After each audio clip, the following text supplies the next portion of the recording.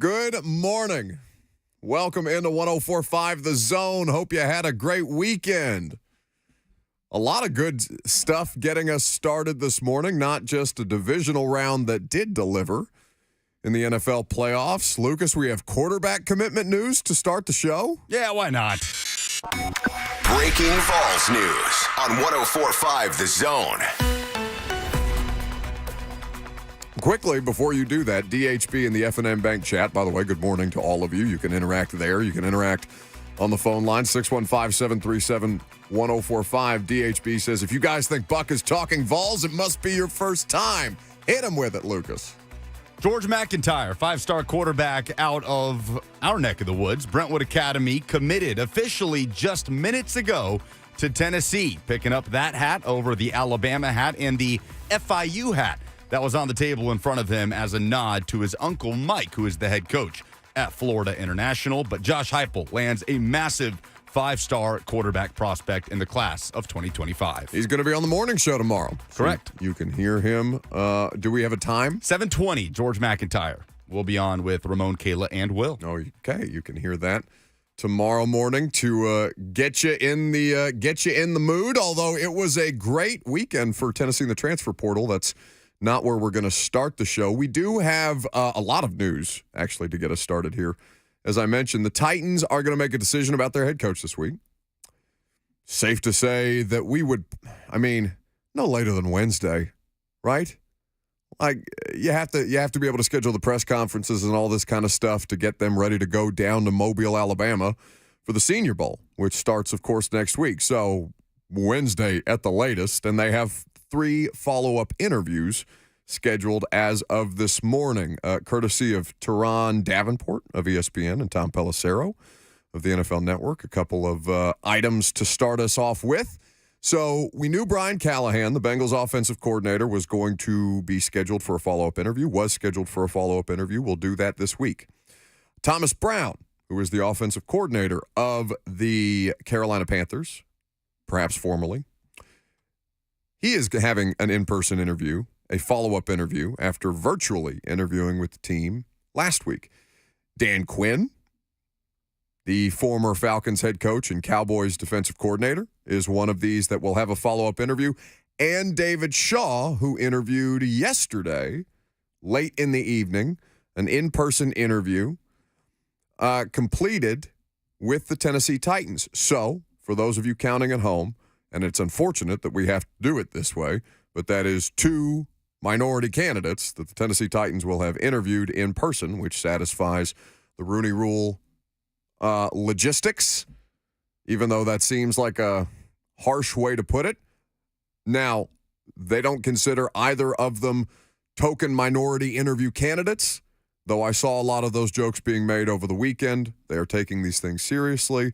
Thomas Brown and David Shaw are interviewing in a variety of different places. They are legitimate head coaching candidates and will be considered as such. But that building feels like it wants Brian Callahan.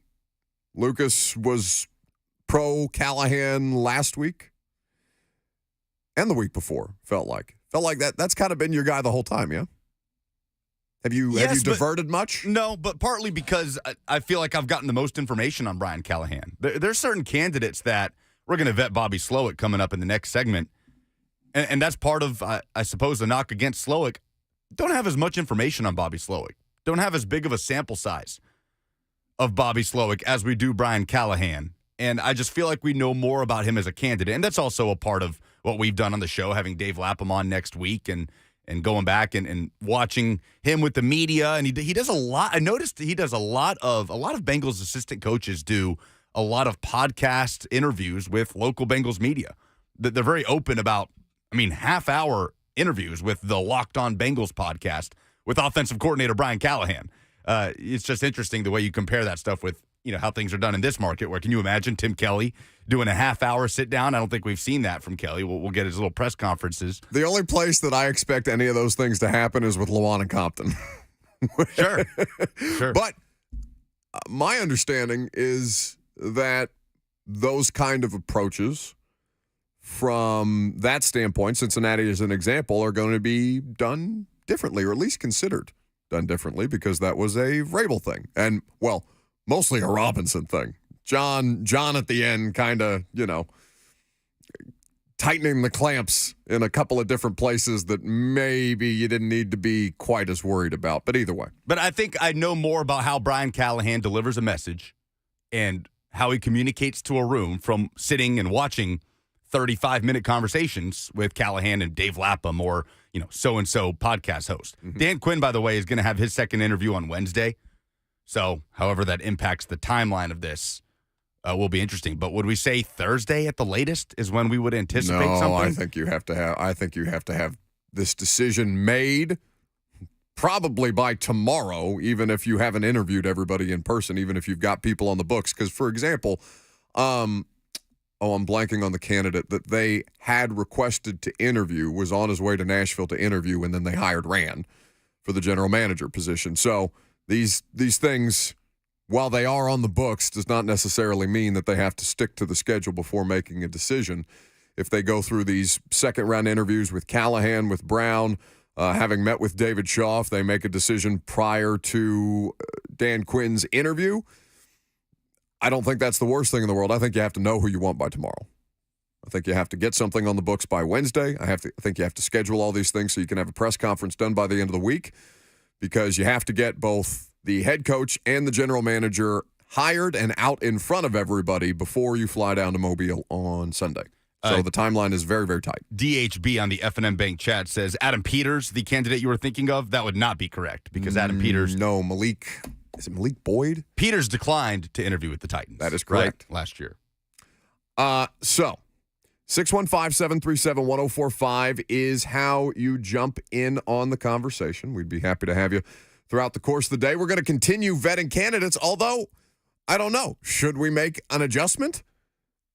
Because we were going to talk about Bobby Slowik and David Shaw today, but it seems since there's potential for them to announce more in-person interviews, second interviews with people over the course of the next day or so, so I guess we can't completely rule it out, but I feel like we can talk about why Slowik may not be right at this particular time coming off the divisional round. And by the way, the divisional round was great. Chiefs and Bills is going to be the headline. I felt so bad for Josh Allen. They did everything right. At the end, he changed it up because I hadn't noticed this until I was listening to Nate Tyson, Robert Mays this morning, kind of recapping everything to make sure that, my notes matched up and that I didn't miss anything important that was worth us talking about today. The idea that the drives for the Bills were like 12 plays, 14 plays. That's not really how Josh Allen goes about it. They were running the football effectively. They were keeping the Chiefs off the field. They had game planned this thing correctly, both to limit turnovers and to give themselves the best chance at home against Kansas City and Patrick Mahomes' first road playoff game since being drafted in the league in 2017. Just disgusting. And the Chiefs are making mistakes. Mm-hmm. They're setting it up. They're vulnerable. They're doing what they've done all season, right? Receivers letting them down. Why are you giving McCole Hardman the ball in such critical goal line situations is interesting to me. But the Chiefs handed them the opportunity is the thing. And Josh Allen's not the one that blew it. He had Diggs underneath when he took a shot at the end zone. Probably could have had some opportunities. There was a James Cook drop that should have been a touchdown. There were a couple of drops in this game. Stephon Diggs should have caught that 70-yard rocket launcher that Allen put into the stratosphere. Yeah, there were moments where the Bills just across the board fell short. Though Josh Allen is not blameless in this. Tyler Bass, it's not his fault. It's not his fault. The kicker that misses the kick, that's how everybody's going to remember it. What was it, 44? 44 yards. 44 yards for Tyler Bass, the Bills kicker, who just goes wide right with it. It kind of curves around, knuckleballed a little bit, the way that it was operating in the weather in Buffalo. And just for the Bills fans who had shoveled all that snow, who had put in all that hard work to see their team finally, Mahomes, we've got you at our house. We don't have to go to Arrowhead. We're going to get to host, we're going to get to have the opportunity to play a home playoff game in Highmark and then go face the Baltimore Ravens, which, by the way, I would have really liked to see. Just from a pure chaos matchup standpoint, quarterback chaos matchup standpoint, Josh Allen versus Lamar Jackson would have been electric. The Bills died so the Lions could live. Is that how you're looking at it? That's how I'm looking at it. I also felt bad for Baker because he threw the interception to the one guy that you can't throw the interception to. CJ Gardner-Johnson, who you're chirping about not watching film and all these things. You can't throw. I know it went off Mike Evans' hands. I know that he did not have a good postseason. Mike Evans, after having yet another incredible year at this stage of his career, but I felt bad for Baker. The best teams made it through, though, right? Like, we feel good about this Final Four in the NFL, where Green Bay threatened kind of for a little bit, but not really. San Francisco just took a minute to kind of wake up. Tampa and Detroit, it was down to the wire until the second interception. Baker was driving, gave themselves an opportunity to tie the game. The Texans, the way that Robert had to be sweating that first half. He absolutely had to be sweating that first half. Just blitz after blitz after blitz on third down, trying to bury Baltimore, and they came out in the second half and kind of rectified the situation, not allowing a touchdown, an offensive touchdown in that game. So the Ravens advance and host the first AFC Championship game there since they were the Baltimore Colts. We have 4 true contenders in this conference championship weekend. There's no pesky wild card Cinderella story here. To me. Do you consider the pesky wild card Cinderella story? This team has been a pesky wild card Cinderella. You don't like those? They have indeed. No, I do. I enjoy those very much. Your tone indicated otherwise. Get these poverty teams out of here, these wild card teams. Now, do I prefer the Lions in the NFC Championship over the Bucks? Yes. I think we got a best case scenario set up here. Indeed. So, Titans down to, at least so far, announced as of this morning, well, not announced, reported as of this morning, that they will have 3 follow-up interviews with various candidates. We'll talk about some of the guys that they have not yet requested back and why it may not be the right decision to go with somebody like Bobby Slowik at this point. I'm Buck Rising. It's 104.5 The Zone.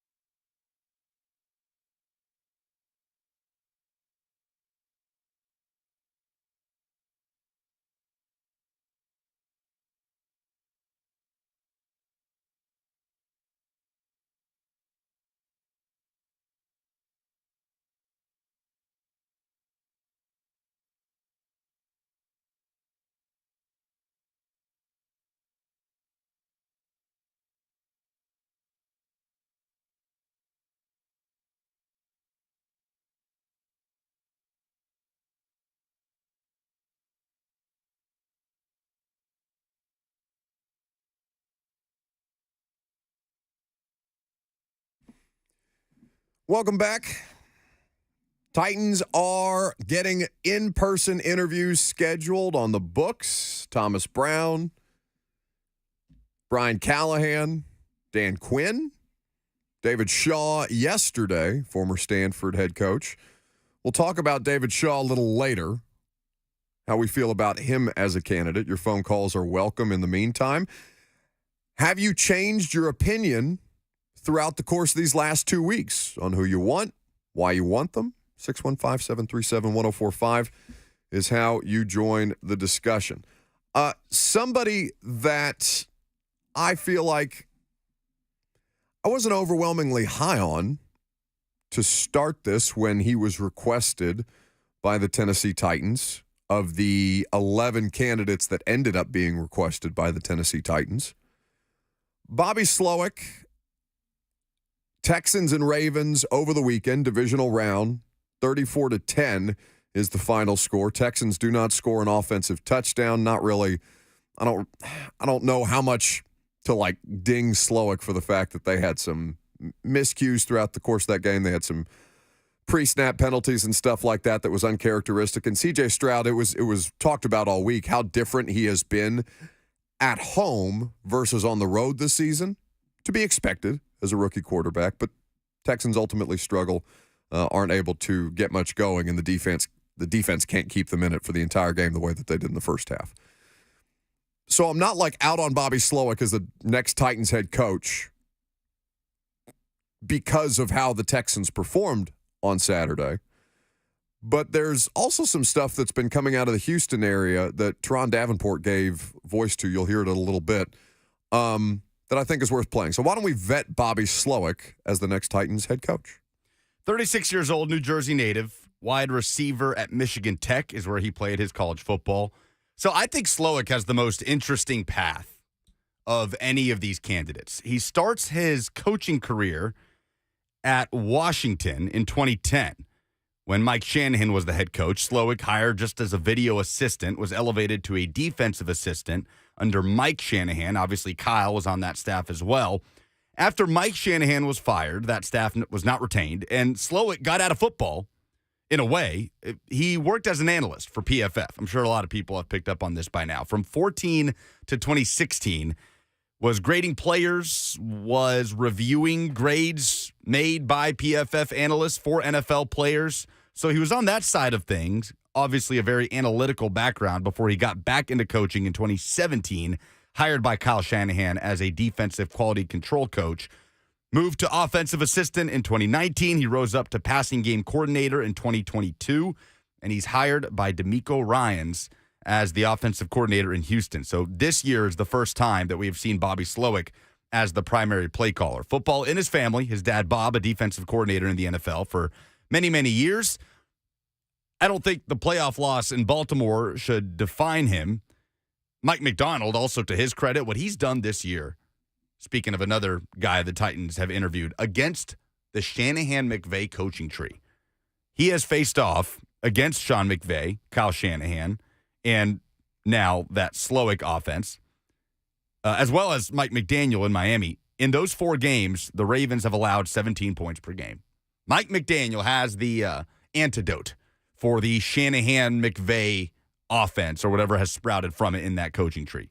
Anyway, the thing is, that's only up, by the way, 0.5 points per game from what they were allowing all season. That the Ravens' defense during the regular season, I know we've already talked about Mike McDonald, but it's worth saying again because they are in a different tier right now than any other team in the league, including San Francisco, the other number 1 overall seed, I would think.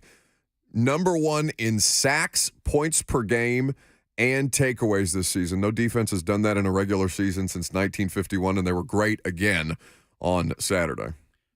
I wonder if this is one thing that, let's say, and I don't know how the Titans feel about Bobby Slowik versus Brian Callahan. All we know is that the Titans have requested a second interview for Brian Callahan and not Bobby Slowik. I wonder if this is a factor. I think you can infer sure. a little bit. I guess we can. I think you can infer just a little bit. The day is young. But I wonder if it is a factor that we have not seen Bobby Slowik be a part of a build in any way.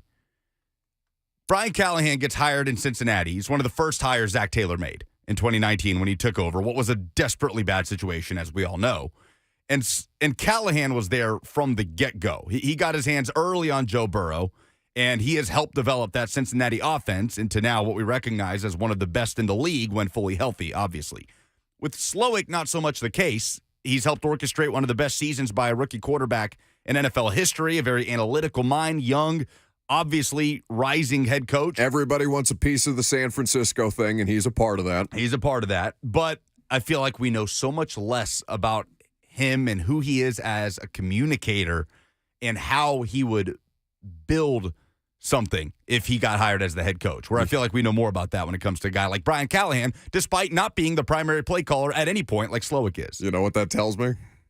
Well, not only is Brian Callahan the more accomplished coach, because he is, but also Brian Callahan's got better PR. Got somebody out here making sure that everybody knows the resume of Brian Callahan. Make sure that you know all those details. The level of availability that you mentioned earlier is unique. So I think that Slowik is more the norm as opposed to Brian Callahan in the middle of all this. But that's also somebody with good representation, making sure that their narrative is out there. Well, at surface level, how easy is it for a fan to say, okay, but both coordinated pretty good offenses. Oh, one's a play caller and one's not? Okay, give me the one that's a play caller. Right? Like, how easy is it for fans to fall into that, where Slowik is the primary play caller on game day?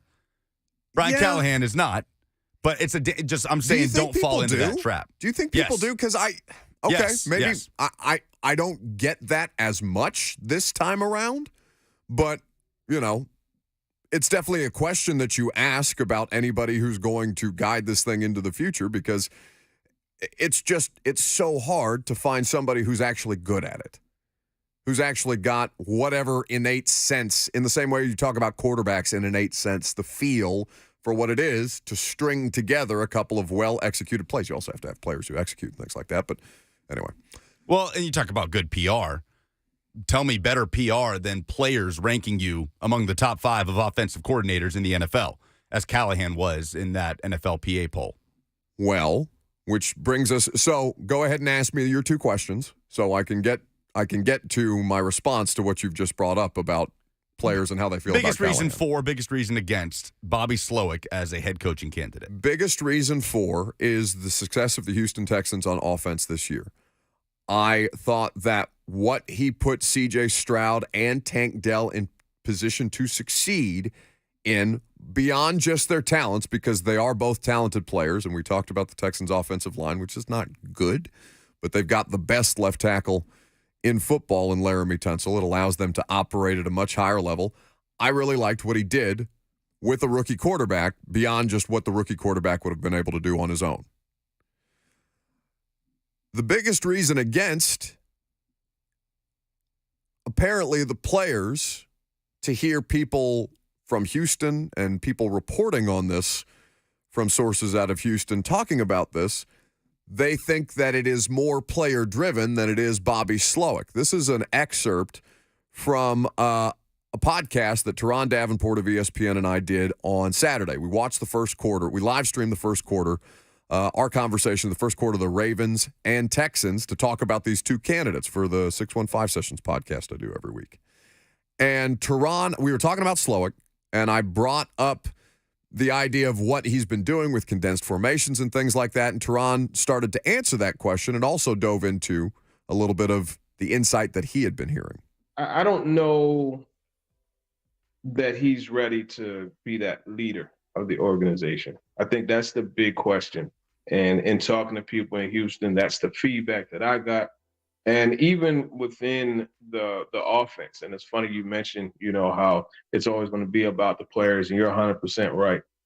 But players also, tend to have buy-in, and they tend to, they'll also credit the scheme. But from people that I've talked to, they say, hey, look, man, like, what we're running is good, but, like, the success is because of us. Like, we're out there. And so when you hear that, it's like, I don't know that that's a guy I would want to be the head coach, right? Because you're not getting that total run through a wall buy-in from your offense, right? They're going out there and executing this stuff, but they feel that it's because of them. So there's a little back and forth there. I know John McClain has been very vocal about Slowik not being ready, and who knows, maybe his situation is similar to that of Ben Johnson last year. And I was like, okay, give me another year. Let me see this thing really have some consistency. Which is entirely possible, right? Ben Johnson interviewed for head coaching jobs last year, ultimately decided whether he made that decision or he didn't get the kind of offers that he was interested in, decided to go back to Detroit. He's the best candidate on the market right now. It's possible that Slowik, it's just too soon. Not all of these guys have to get jobs just because they're getting interviews. And the interviews are very beneficial as experience. But when you hear that players are kind of like, okay, scheme's fine, but we're succeeding because of us. It's not an outright red flag, but it's a little bit of a yellow flag, isn't it? A beige flag. A beige flag. Yellow too strong. You feel yellow is hyperbolic? No, beige is just closer to red. Okay. I'm going to be honest. I have no idea what beige is. All right. I don't know what you're doing with the beige. Pointed at a color at beige and told me to tell you it's beige. I wouldn't be able to tell you it's beige. What, the color of your skin? You could not tell me that. I mean, that is kind of beige, isn't it? Really? I think so. Like regular, like. Oh my God, do I not know what beige looks like? I just assumed what beige was like skin tone. I don't know what hazel is. What is hazel? Blue? Green? Both? Somewhere in between is my understanding. All right. We'll not do the color wheel exercise with us anytime soon.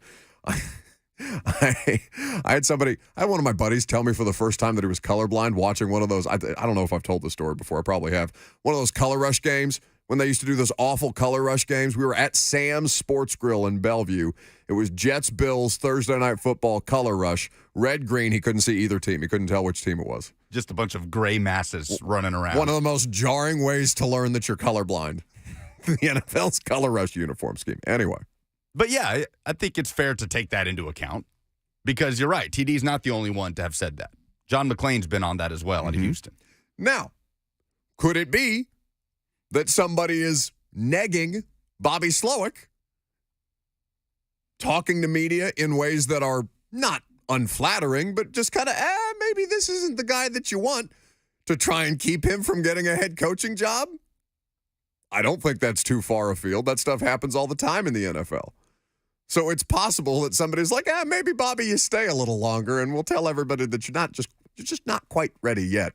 So we can squeeze one more productive year out of this C.J. Stroud experiment and try and keep DeMeco Ryans from having to reset this thing right out of the gate after he's just had so much success. You don't know how hard that's going to be for DeMeco Ryans to just replace a play caller like that after they clearly have found one that they vibe with in the first season. So right now they don't have an in-person interview scheduled with the Texans offensive coordinator. Again, to revisit that, Cam Wolfe of the NFL Network, who we're going to have on with us later this week to talk about the rest of these NFL playoffs, these conference championship games. Cam said that Thomas Brown, the Panthers OC, is one of the candidates that has a follow-up in-person interview here. Apparently the virtual interview was strong. Dan Quinn later in the week, which makes me think that Dan Quinn is not – they're going to have a head coach, it feels like to me, before Dan Quinn is scheduled to interview here, which is going to be good news to some Titans fans who had pretty visceral reactions to the idea of Dan Quinn being the next Titans head coach. And Brian Callahan, who I'll tell you right now, the organization has a very strong vibe about. Very strong vibe about. Now, whether he picks them or not is a different question. He will have options. This is not just the dream scenario. Well, I mean, do we consider it a dream scenario for the Titans? I think it checks a lot of the boxes that we know that they need to check. He's going to be able to pick from probably a couple of different jobs. So it's not just the Titans. It's not just him selling himself to the Titans. The Titans have to do a little bit of selling themselves, which, started with Amy Adams Strunk's statement about all their draft picks and all their cap space that they'll have and the promise of a young quarterback that half the league seems to think they don't have a quarterback, which has been an interesting conversation for us to have around here. Well, I wonder how quickly the Titans move, how that can impact the process. If Brian Callahan is their guy and they're ready to go get their guy before X other opening that Callahan may be considering or may feel good about, how could that help the Titans? Well, she didn't want to go to the back of the line, like she said.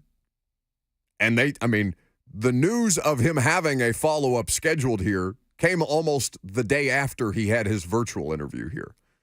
So it was very clear. Like, they tipped their hand pretty obviously. He's the first name that was reported as well as being contacted by the Titans. Justin Mello had it. It was the first name that we saw in this coaching search. They have been interested in him the entire time, and apparently that interest has only increased from the Titans side. I cannot speak for Brian Callahan, but we will see how that comes to pass in the next, I don't know.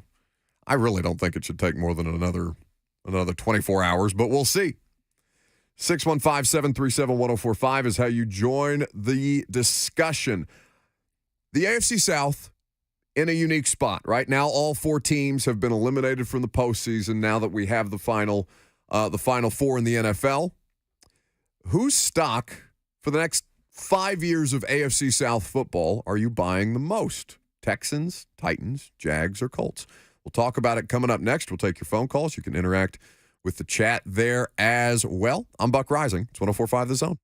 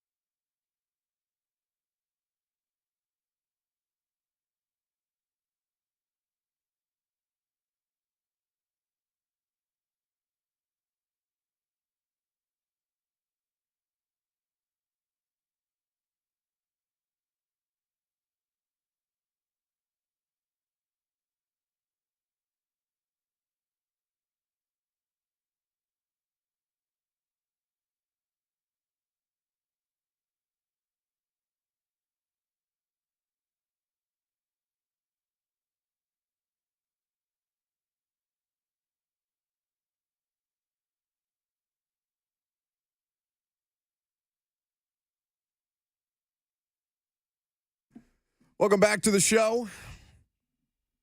You buying stock in one AFC South team for the next 5 years. Who is it? Texans were the last ones eliminated. Titans finished last in the division. Colts fought for it for a couple of weeks, and the Jags choked it away down the stretch of the second half. It's a pretty interesting group of 4 teams to look at, though. This year, they are collectively the youngest group, including, if we're going to include Levis as the starting quarterback, even though he was technically the backup until he wasn't. See, it's by average age the youngest group of starting quarterbacks in football of any division. That's probably going to change with these incoming draft picks and things like that and how much younger the quarterbacks are going to get. But Texans look like they're really set up well to succeed in the future. They've got all the money in the world. Did you think them kind of premature for trading up for Will Anderson when they did? No, they had the capital to do it. Mm-hmm. They did. They had, I think, 12 picks heading into last year's draft. And so what's a few less to go get what was arguably the best defensive player in the draft? In their mind, they left with the best defensive and offensive player in the 2023 NFL draft. And both of those players really kind of met the moment in their rookie year. C.J. Stroud and Will Anderson. Colts and Texans have damn near as much cap space as the Titans do. Titans have the second most in football. Texans and Colts, 4th and 5th, not that far behind. And with 8 draft picks in the 2024 draft, it's not like the Titans are overwhelmingly well-equipped. It's not like Arizona, where they were clearly selling stuff for parts to try and get as many draft picks in 2024 humanly possible to give themselves both flexibility and just volume, where you've got so many different parts of the roster that you need to replace. You need to do that here, too. You're just not going to be able to do it in one fell swoop the way that some other organizations who have been worse than you have. Texans, probably the favorite in that poll. We put it out, Lucas, at Buck Rising on Twitter, is where you can vote on the polls. I assume that the majority of the polling is coming back in favor of people voting for the Texans. Pull up the current results, but I think that should be the answer, right?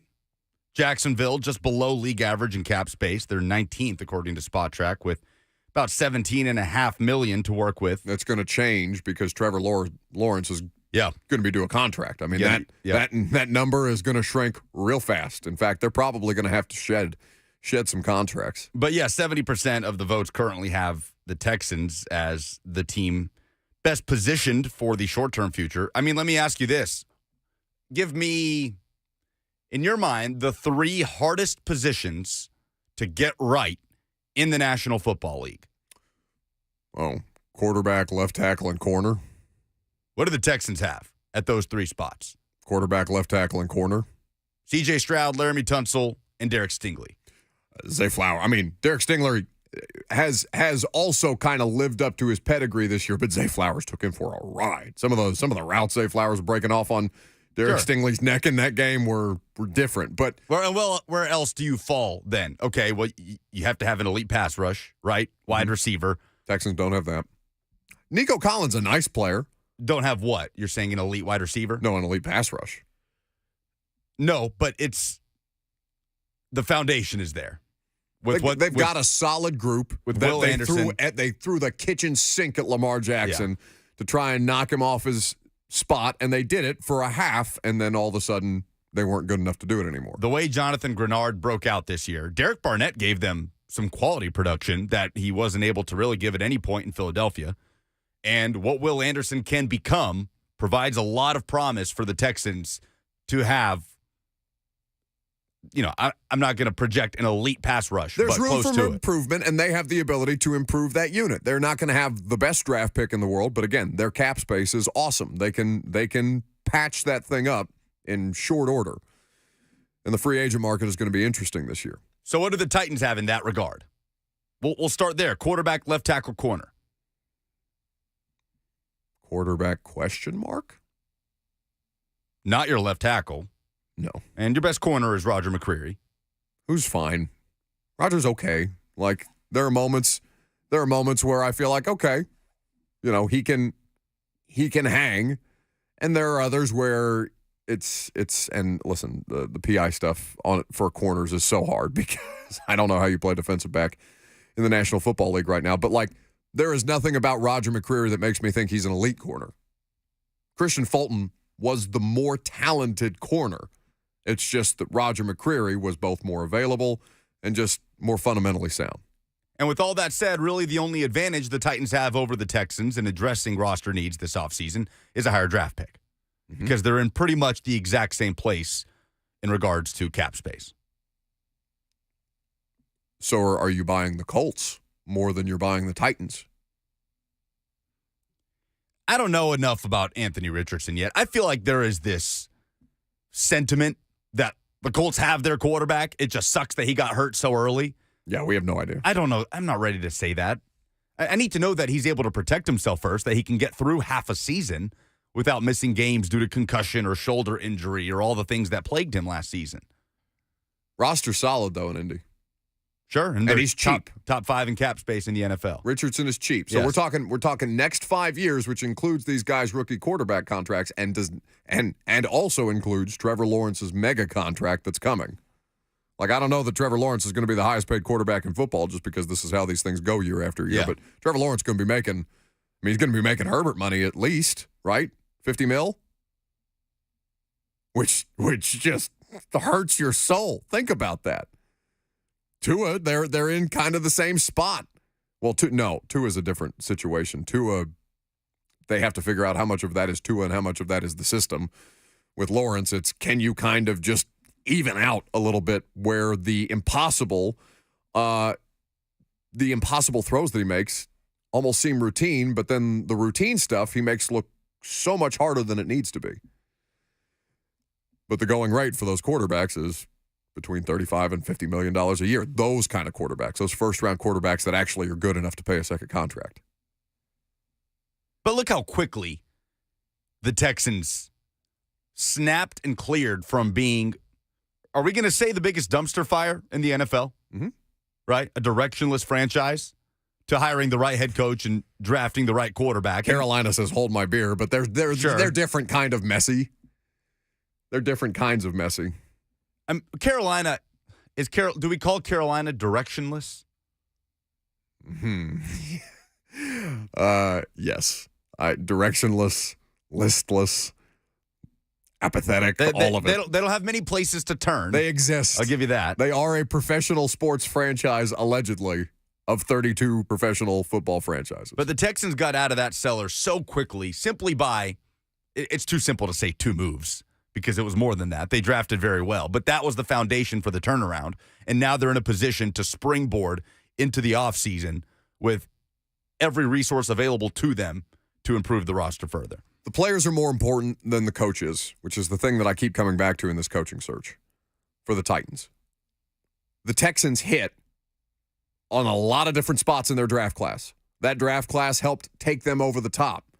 You can fill in some vets around it because it's inexpensive, but the value, it's not just winning with the value of the quarterback. The 2019 draft class is the thing that set the Titans over the top. You had Tannehill that, made the difference there, but it was really that talent injection, that cost-effective talent injection of the 2019 draft that made this team what it was for a couple of years. You can do that again.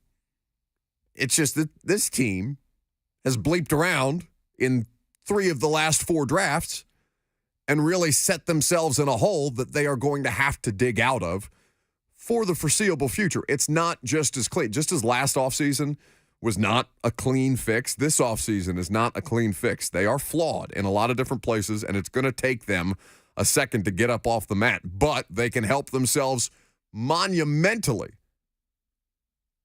if they have even the rate of success that this last draft class had, including Levis. This is a level of competitive that you feel like you can actually do something. You can threaten. and not be the worst team in the division at the very least. 615-737-1045 is how you join the discussion. So, yeah, we're in on the Texans, right? Texans the next 5 years. Titans second, Titans third. Got to hire a head coach. Okay, we'll start there. Mo in Nashville's next. Hello? Hey. Oh, yeah, so I'm buying stock in the Texans because I feel like C.J. Stroud was playing this year beyond beyond a rookie level. I'm not really sure of Trevor Lawrence. I don't know if I know he's a good quarterback, but I don't know if he's like a game changer like Joe Burrow or Patrick Mahomes or Josh Allen. The Colts, I don't really know about Anthony Richardson. Haven't seen a good sample size of what he can do. And the Titans are like in an inevitable rebuild. They got rid of Mike Vrabel. I feel like that's going to be a big thing to recover from for the Titans. And honestly, like in the AFC, I feel like what is the point if we're just going to end up running into Mahomes in a championship game? This guy has been to 6 AFC title games in a row. And it amazes me. Like, all these teams are doing all this work in the offseason just to run into this guy and potentially lose. I don't know. Thank you, guys. Mo did all that talking just to end up, but doesn't even matter. Put this call on the highlight reel of Pat Mahomes' Hall of Fame induction. He's got people saying, what's the point if we're just going to run into this guy? If this is the roadblock, why are we even doing this? It just sounded so broken. You know what?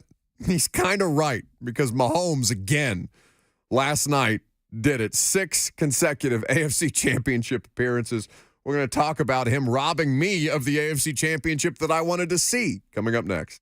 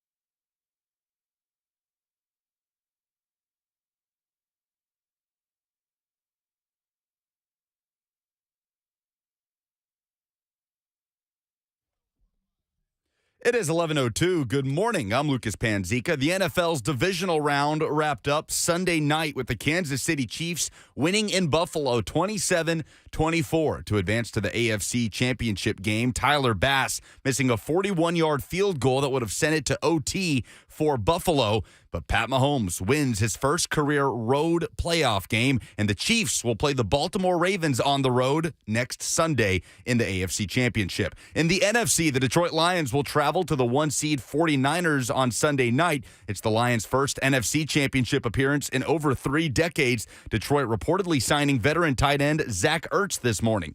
The Titans coaching search has moved forward with second interview requests. Bengals offensive coordinator Brian Callahan, Panthers OC Thomas Brown, and Cowboys defensive coordinator Dan Quinn will reportedly meet in person with the Titans for a second interview this week. And this morning, a huge commit for the Tennessee Vols as Brentwood Academy 5-star quarterback George McIntyre announced his pledge to the Vols over Alabama. McIntyre is the top prospect in the state and the number 2 quarterback in the country per 247 Sports in the class of 2025. For all your foundation repair and waterproofing needs, visit USSTN.com. Breaking news at once on your home for the Titans and Vols. This is 104.5 The Zone.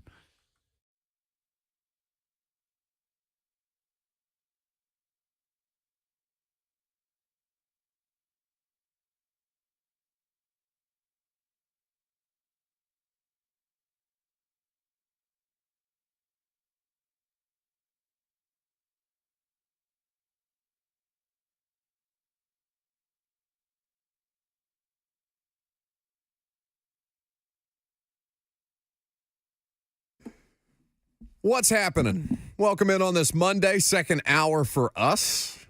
Thanks for hanging out. If you're just now joining, we appreciate you spending some time. Lucas is back there making it go. 615-737-1045 is how you jump in. You can live stream the F&M Bank chat as well, live stream the show and interact via the F&M Bank chat, Facebook, YouTube, Twitter, and Twitch. I felt robbed yesterday. Who's your favorite player in the NFL? Just generally, you, the audience, anybody within the sound of my voice. When I say who is your favorite player to watch in the NFL on a week-by-week basis, is it somebody on the Titans or is it somebody else around the league? Because I wanted an AFC Championship game between the 2 players that I enjoy watching the most. And Patrick Mahomes, who is not a bad option to settle for, just absolutely robbed me of that yesterday. I'm not going to overthink it. It's Pat Mahomes for me. If I have the option of Pat Mahomes versus any other quarterback in the NFL versus Lamar Jackson, I want Pat Mahomes. Were you listening to that game with the sound on? Yes. So when he breaks that run where he fakes out the defensive back who thinks that he's going to throw it and then scampers 20, almost 20 yards more to kind of put them in position for one of the scores. Did you hear Romo and Nance talk? Tony Romo in the background brings it up. You remember that? You remember that run a couple of years ago? Oh no, yeah. You remember that run? And Nance goes, "Oh, I remember the run." And Tony goes, "You don't remember? You don't know what game I'm talking about." And he goes, "No, the AFC Championship game." He's talking about the Titans and the Chiefs. A 10-point lead that the Titans carried in the first half that they blew, and that just felt like it was over in the final seconds of the first half or in the final minutes of the first half after Patrick Mahomes breaks loose, heads up the left sideline. Rashaan Evans misses him by, a shoestring. Not a shoestring tackle, but misses him. And it sets up a score that the Chiefs take into half that just feels insurmountable because Pat Mahomes is always there to meet the moment. He's inevitable. He is inevitable. My 2 favorite players to watch, just entertainment value. Josh Allen, because he is an absolute menace, an unbelievable player, more physically talented than Patrick Mahomes, though Pat is the better quarterback, right? I don't think I'm fighting 2 uphill if I say that Josh Allen is the more physically gifted player. Certainly the most physically imposing. Is that what, I suppose Josh Allen can throw a football further than Patrick Mahomes. I'm just saying, height, weight, speed, yeah, power, all of it. Allen is different than Mahomes is, though Mahomes is the more refined player at the position, even though Josh Allen has made huge strides since coming into the league. But the way that when he wants to run you over, the way he relishes that as a person that big, I love it. When he's just ripping it 70 yards in the air to Stephon Diggs, who should have come up with the pass late in that game. I love it. In fact, my least favorite version of Allen was the one that I watched last night, who was leading, kind of incremental pace of play style drives instead of just what he was at the end, which is ripping shots to the end zone, trying to make a desperate comeback. It was the more effective version of Josh Allen, but it was the more reined-in version. Led them in rushing once again. I love chaos Josh Allen. And then my favorite player to watch in the NFL is Lamar Jackson. And that, I would have said that before. I would have said that before this year, where he's clearly, I don't know if he's taken another step as much as Todd Monken's just allowed him to operate at a higher level within the scope of a more advanced offense that they've just brought him up to speed on. So to see that next iteration, Lamar doesn't really run full speed anymore. Do you notice that? He's just, it's a level of patience that you would describe to somebody like Lev Bell at his height, where it's just so kind of methodical is not the word. He's in a constant state of baiting, it seems like. Baiting. Yeah. Yes.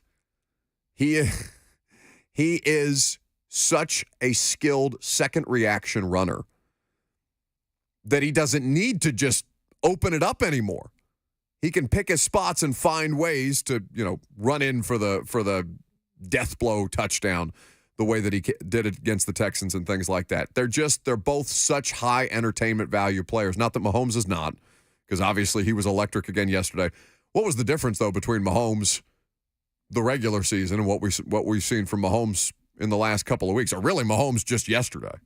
Well, his receivers aren't letting him down as much. Travis Kelce mattered a lot more in that game than he has in the last couple of weeks. Like, Travis Kelce looked like Travis Kelce. And by the way, he's 35. The fact that he has been this sustainable for as long as he's been, especially with the way that tight ends and receivers are hit in their shins and their ankles and their knees now because you have to go low. He was relishing contact more than I think he has been later in the regular season. Finding those couple extra yards, making plays down the field. Travis Kelce was the most effective version that we've seen of him in the last, I'd say month and a half of NFL football, and it made a huge difference for Mahomes. And also MVS coming up with a contested catch every once in a while helps. Things like that. You seen what Michelle Tafoya is saying on radio about Travis Kelce? He's going to retire? She believes he's going to retire, yes. And join Jason in retirement and have some sort of media future as brothers a la the Mannings. Well, yeah, they're so well armed for this next version of whatever media looks like, those two. It's the most successful podcast going in sports right now. The New Heights podcast. Have you heard any of it? I haven't listened to it. I probably should. I've never listened to a full episode. I've seen a lot of it on social media and it pops up. But yeah, it's hugely successful and obviously has been especially so since the Taylor Swift stuff started. It was good and it was popular pre-T Swift effect. Now that they're breaking Taylor Swift news on the New Heights podcast, I wonder how many Swifties are tuning in to the New Heights podcast, hearing these two, meatheads talk about whatever it is that the Kelce brothers talk about on a regular basis, just to hear just a drop of T Swift discussion. So Kelce's 34. 34. He'll be 35 around the midway point of the upcoming season. You got to think for him, if they do finish this thing out and win in Baltimore. Oh, get out. And win another Super Bowl. Get out. You don't have to do anything else, bud. Your Hall of Fame resume is done. What did he pass Gronk for? Was it most postseason touchdowns? They passed, so he and Mahomes passed Brady and Gronk for the most postseason touchdown passes to a receiver. Right. So they had already eclipsed Joe Montana and Jerry Rice. Kelce's first touchdown tied them with Brady and Gronk.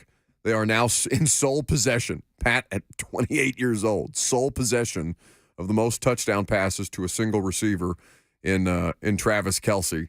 I think they're now at 17 after yesterday. Their sixth straight AFC Championship game appearance. I mean, Pat Mahomes knows nothing other than playing in the AFC Championship as a starter in the NFL. That is a ridiculous thing. That is so absurd. And until yesterday, Lucas, all he's doing is playing at home. He's never been in a road environment in the postseason. It's crazy. Until yesterday. And he just, can you imagine having Pat Mahomes' first road playoff game, knowing that you have the home field advantage and still getting your heart broken that way? It's different. It's different when you're going to Arrowhead. It feels like, because you're like, all right, we're just here for the vibes. We're here to see a great game. Slim to none chance that you get past Mahomes at Arrowhead, but you think you got a real shot at him. I mean, certainly in the first half of that game, things were trending well for Buffalo, and some miscues throughout the course that kind of build up and ultimately missed field goals and things like that. Like it just chipped away at them. And that makes it all the more painful. You know what might be the scariest thing about the Chiefs after last night? Not even Kelsey reemerging in the postseason or Pat Mahomes' inevitability. The way they were able to run the football at will last night and how efficiently they were able to do it to kill the game off at the end. But Isaiah Pacheco was fantastic on Sunday. He's so good. That is what I think should terrify you about playing the Kansas City Chiefs. The way this offensive line is protecting Pat Mahomes and running the football. It's going to be such a fun chess match against that Mike McDonald Ravens defense. I cannot wait for this game. Well, it's a matter of, it's the best possible game for, you figure out a way to make those two punt. Between Lamar and Pat. Yeah. That's a nightmare. And by the way, it's just as good on the defensive side of the ball because Steve Spagnuolo, who we've talked about with Coach Mack, we've talked about a couple of different times, he is, as accomplished and as credible a defensive play caller in the league. Well, can we say this is the best defense of the Pat Mahomes era? Yes. The best Chiefs defense? Is it the best Chiefs running game of the Pat Mahomes era? I'd have to think harder about that. My first reaction is to say yes, but I don't know that to be so. Because remember, his first Super Bowl comes almost in spite of the offensive line. Right? And they've spent the last few years retooling and drafting and then addressing. They lost a Super Bowl because of the offensive line, and they had injuries all over the place, and Tampa just ravaged them. So if that's the case, imagine telling somebody that it's Pat Mahomes and the Chiefs, but the best defense he's ever had, the best offensive line he's ever had, and the best run game he's ever had. Biggest drawback being the wide receivers, right? But Kelsey is there. If the receivers can just hang on to the football, you look at it and you think at surface level, what other outcome could there be other than another Chiefs Super Bowl with all of those things being so? And Mike McDonald and Lamar Jackson are going to have something to say about it. No, the Ravens, this is the better game that we will see at any point remaining in the postseason. This is the best game that we will see. It should be with the way that these two teams are playing. We can talk about this coming up next. 615-737-1045 is the number. We can also kind of get you up to speed on the latest coaching carousel news, not just what's going on with the Titans, but how things around the league impact the Titans' job, a decision that they'll have to make in the next couple of days. I'm Buck Rising. It's 104.5 The Zone.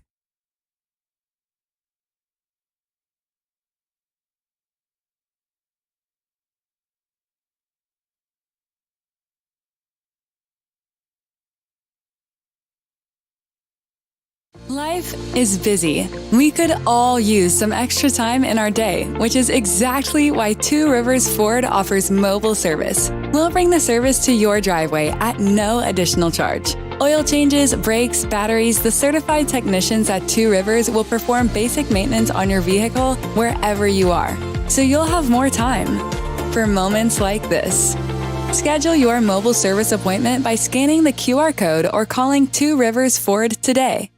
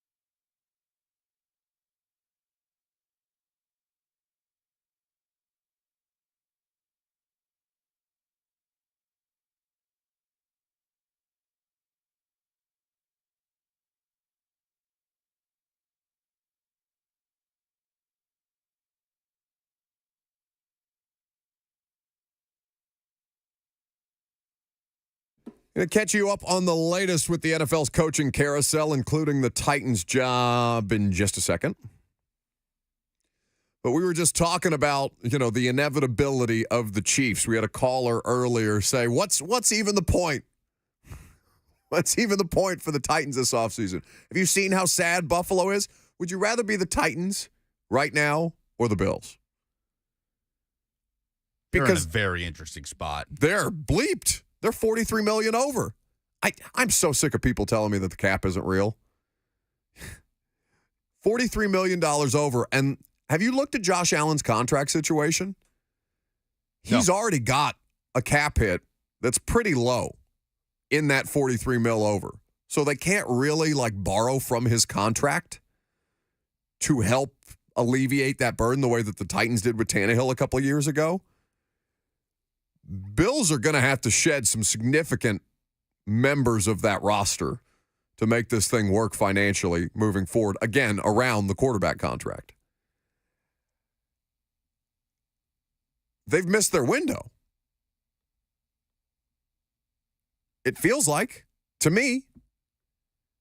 Do you ever get around to that episode with Derrick Henry, with Taylor and Will? I did, yeah. I listened to the whole thing.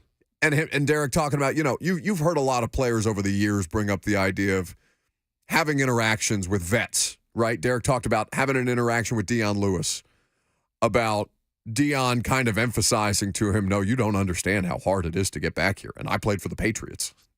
This bleep is hard. Yeah, they talk a lot about that Mahomes run and just how deflating it was on the sideline. Yeah. You want to hear some real sad boy bleep? You go listen to that interview, because Derek is also emphasizing why he's prioritizing a place that he can win a Super Bowl is because, oh my God, I thought we'd be back, and they absolutely got nuked the same way that everybody else does. You just don't do it that well unless you have Tom Brady or Patrick Mahomes. Turns out he has more playoff wins, Lucas, Mahomes does, than Aaron Damn Rodgers. Come on. Well, we're watching the story of the Allen Mahomes QB rivalry just be defined right in front of us. It's a more competitive rivalry than Brady Manning felt, I guess, even though, but Allen's in this same kind of purgatory. We talked about teams in purgatory. The Bills just keep losing. I'd say the complete opposite. This is a more one-sided quarterback rivalry than Peyton Brady. Well, Peyton had a Super Bowl, and right. Josh Allen has only played in a AFC Championship game. He can't get past Mahomes in the divisional round. He can't do it. He can't do it. So how are we going to remember if it continues down this path? Allen Mahomes as maybe this not great quarterback rivalry in the vein of Manning Brady, which you're right, Brady got the better of more often than not. But how do we remember that rivalry? That they were the two for all time, and that every once in a while a Flacco or a Roethlisberger would just ruin it. It's going to be Manning or it's going to be Brady. We don't think that way now with Allen or Mahomes because it's Mahomes. It's always Mahomes. No, but wait. Now, maybe we'll learn our lesson this year, okay? Maybe you're right. But, Lucas, during the regular season, this Chiefs team was left for dead. No. Yeah. What do you mean, no? No, sorry, I'm agreeing with you. Yeah, that's not what we were saying about this Chiefs I was going to say, this Chiefs team, with all the drops and Travis Kelce looking 34 and everything else that they were kind of working through, the frustrations and things like that, they were left for dead is probably a bit dramatic. They won their division and now are having to play road playoff games instead of home playoff games. But still, people did not give them the kind of viable chance. And Buffalo the same at midpoint, right? They're 6-6. They fire the OC. They pivot. We'll spend more time on this in the noon hour because I want to make sure that we're catching you up on the coaching carousel with the Titans doing second interviews and stuff like that. But this is a fascinating discussion that we'll, I'm sure, have after Mahomes wins his win. What is this going to be for Pat? 3 if he wins it? Be 3. Gross. Tommy in Bellevue's next. Thanks, Buck. I must be missing something, but I'm just curious of why nobody's wanting to talk to the Chiefs defensive coordinator. We talk about the Chiefs offense, but that defense last night was great. masterful. And I don't hear his name being mentioned for any coaching position, so I just wondered why. I think Spags is good. Yeah. I think he's chilling. Steve Spagnuolo's been around for a long, long time. He's won championships in a couple of different spots. And what is he? He's 64. He's probably looking around and be like, I got it pretty good here. Not that these coaches don't have aspirations. He has been a head coach before. I need to go back and look through Steve Spagnuolo's resume, but he's been in the league for an eternity. Yeah, he was the head coach of the Rams. Rams 09 to 11. That wasn't that long ago. So he was 10-38 in 3 seasons. So that was right before Fisher? Yeah. Okay. So he's been around a long time. He did the head coaching thing. He's winning championships with Mahomes and putting together one of the best defenses in football. So yeah, I don't know that anybody's really inquired about him. I think there has to be an interest from him. I think that he could get jobs if he wanted them. But, yeah, he seems to be pretty happy with his spot right now. Duck Falling.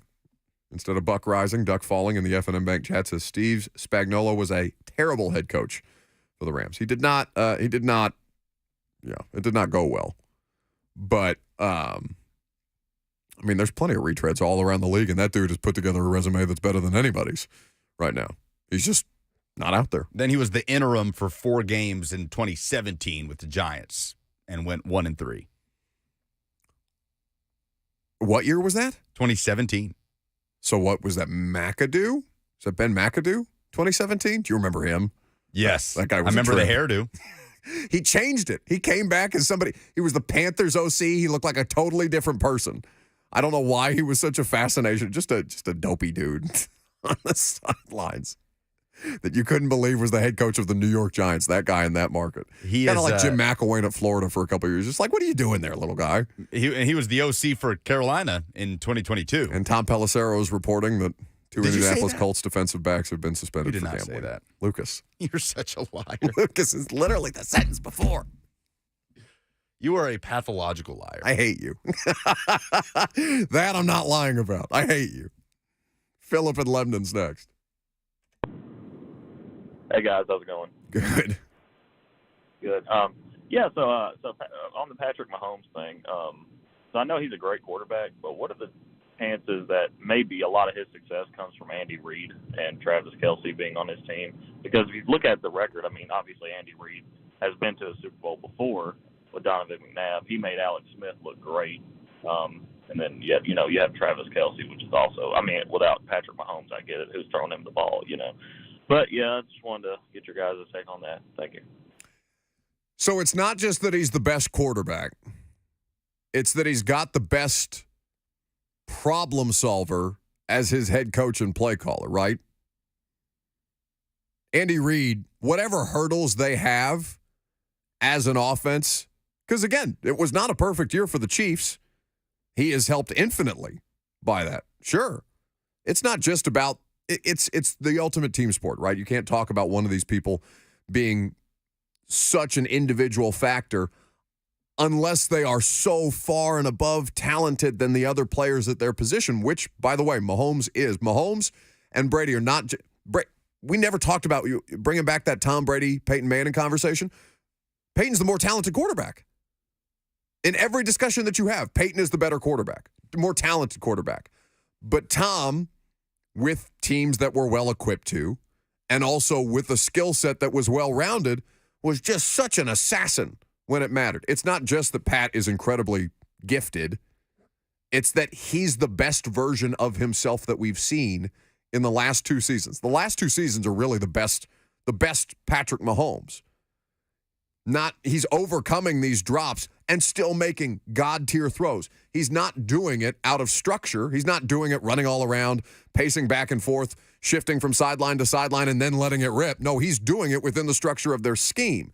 He's operating efficiently and also has the ability to make those game-changing plays. He's the most well-rounded version of Patrick Mahomes, beyond even the first one that won the Super Bowl. Landon tweeted at us and asked, would you say the Bills are rebuilding if their quarterback was Mahomes? No. Mahomes is the window, right? I suppose Allen has not done enough for us to say Josh Allen is the window. Doesn't matter what's happening around him. He is the window.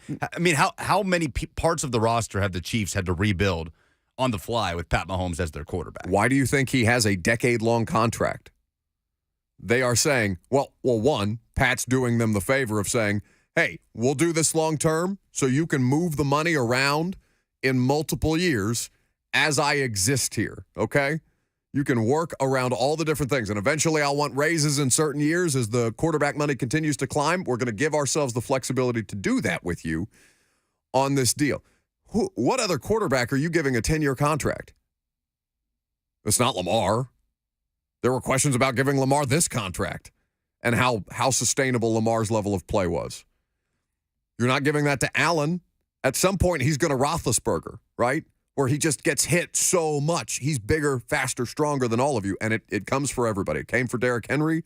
Maybe it's not done Derrick Henry in just yet. That guy is different. Josh Allen may be different, but Roethlisberger, Luck, big physical quarterbacks that were able physically to take that punishment, but it just ground them down at the end. You're not giving Allen a 10-year deal. How many other quarterbacks in the league would you be comfortable hitching your wagon to that for that period of time? Name one other one. Even Stroud, would you sign yourself up sight unseen for 9 more years of C.J. Stroud or 10 more years of C.J. Stroud beyond his rookie contract? You have no idea. Especially with the possibility of his offensive coordinator moving on. And how long do I have Laramie Tunsil and all these different things? Like, Mahomes is the one thing in football that actually equalizes all the other pieces and parts. Tyler on the F&M Bank chat submits Joe Burrow, maybe, who has said that his championship window is his career.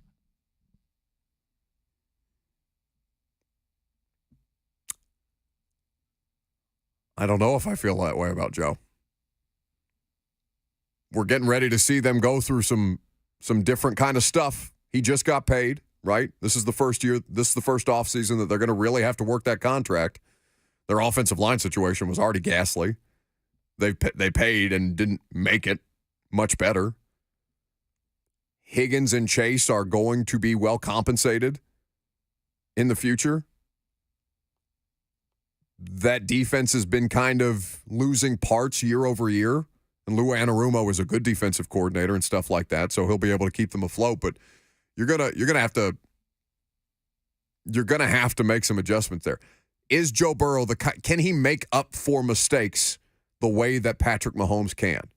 I would argue that nobody in the league can make up for a level of mistakes that their team commits. Or L'Jarius Sneed gave up his first touchdown reception of the year last night, the Kansas City Chiefs corner.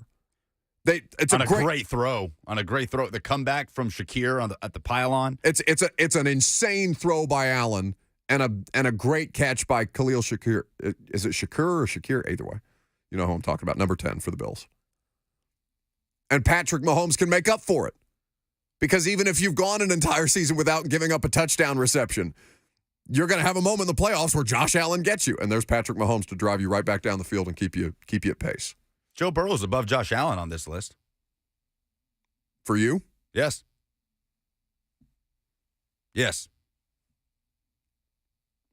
He's done the thing that the Bills have proven they can't do. Get to the Super Bowl? Get to the Super Bowl. Beat Patrick Mahomes. Do it at Arrowhead Stadium. Do it with a horrendous offensive line. So bad. I'd hear you on that.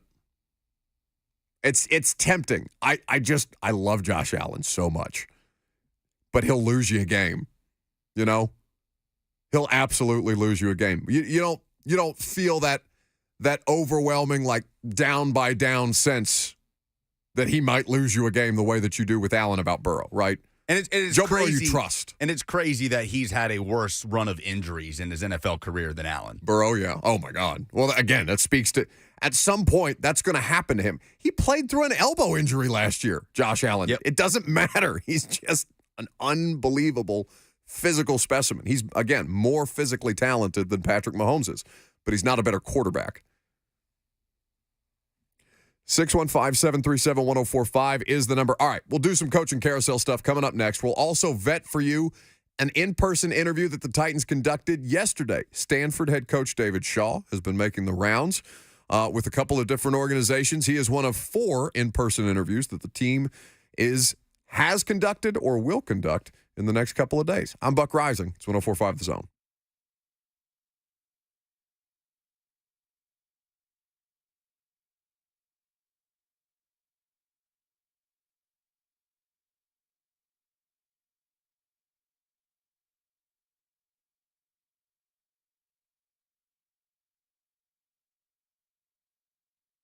The Tennessee Men's Clinic is here to help guys who are dealing with erectile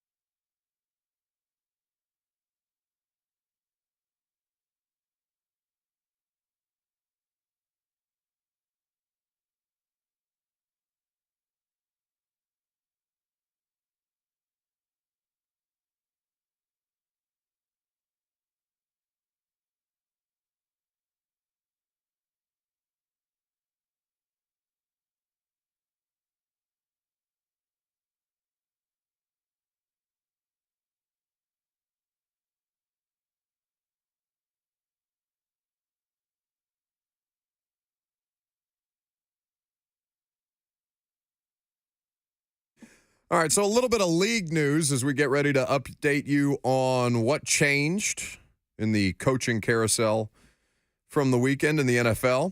The Jags are hiring the former Falcons DC Ryan Nielsen as their new defensive coordinator. That's according to Adam Schefter just about 17 seconds ago. Chris Harris, the Titans corners coach, somebody who was interviewing for DC jobs last year, also interviewed for that Jags job. I saw Chris Harris is interviewing somewhere else this week as a DC, and I can't remember where I saw that, but I'll get you updated as soon as I come back to it. A couple of different things. So 7 jobs still open, still available as teams kick up the in-person interviews in earnest this week. Does it not feel like Bill Belichick is going to be the next coach of the Falcons? It does. Is he the only candidate that got a second interview with them, or did Harbaugh as well? As I look here, I'm not seeing another candidate that got a second interview with the Falcons the way that Bill Belichick did.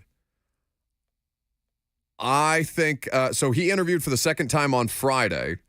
Atlanta also interviewed Aaron Glenn virtually. They met with Philly offensive coordinator Brian Johnson on Thursday. Mike Vrabel is scheduled to interview with the Falcons on Wednesday, but that feels kind of like a Dan Quinn situation. Like teams are probably going to have their head coach by Wednesday for the most part. There's a couple of different they've talked to 9 candidates in Atlanta. It does seem like Belichick is the one that is favored there, though that's not done. It is funny, though, that the reports about McDaniel. Who do you think's leaking the McDaniel stuff? The Josh McDaniel stuff that he's going to go with Bill Belichick to Atlanta if they hire him? Because remember, there were some reports that Bill Belichick was going to bring back Josh McDaniels if he stayed with the Patriots. So you think somebody on Josh McDaniel's side is out there leaking stuff like, hey, Bill, please take me with you. I need another job. Can't cut it as a head coach.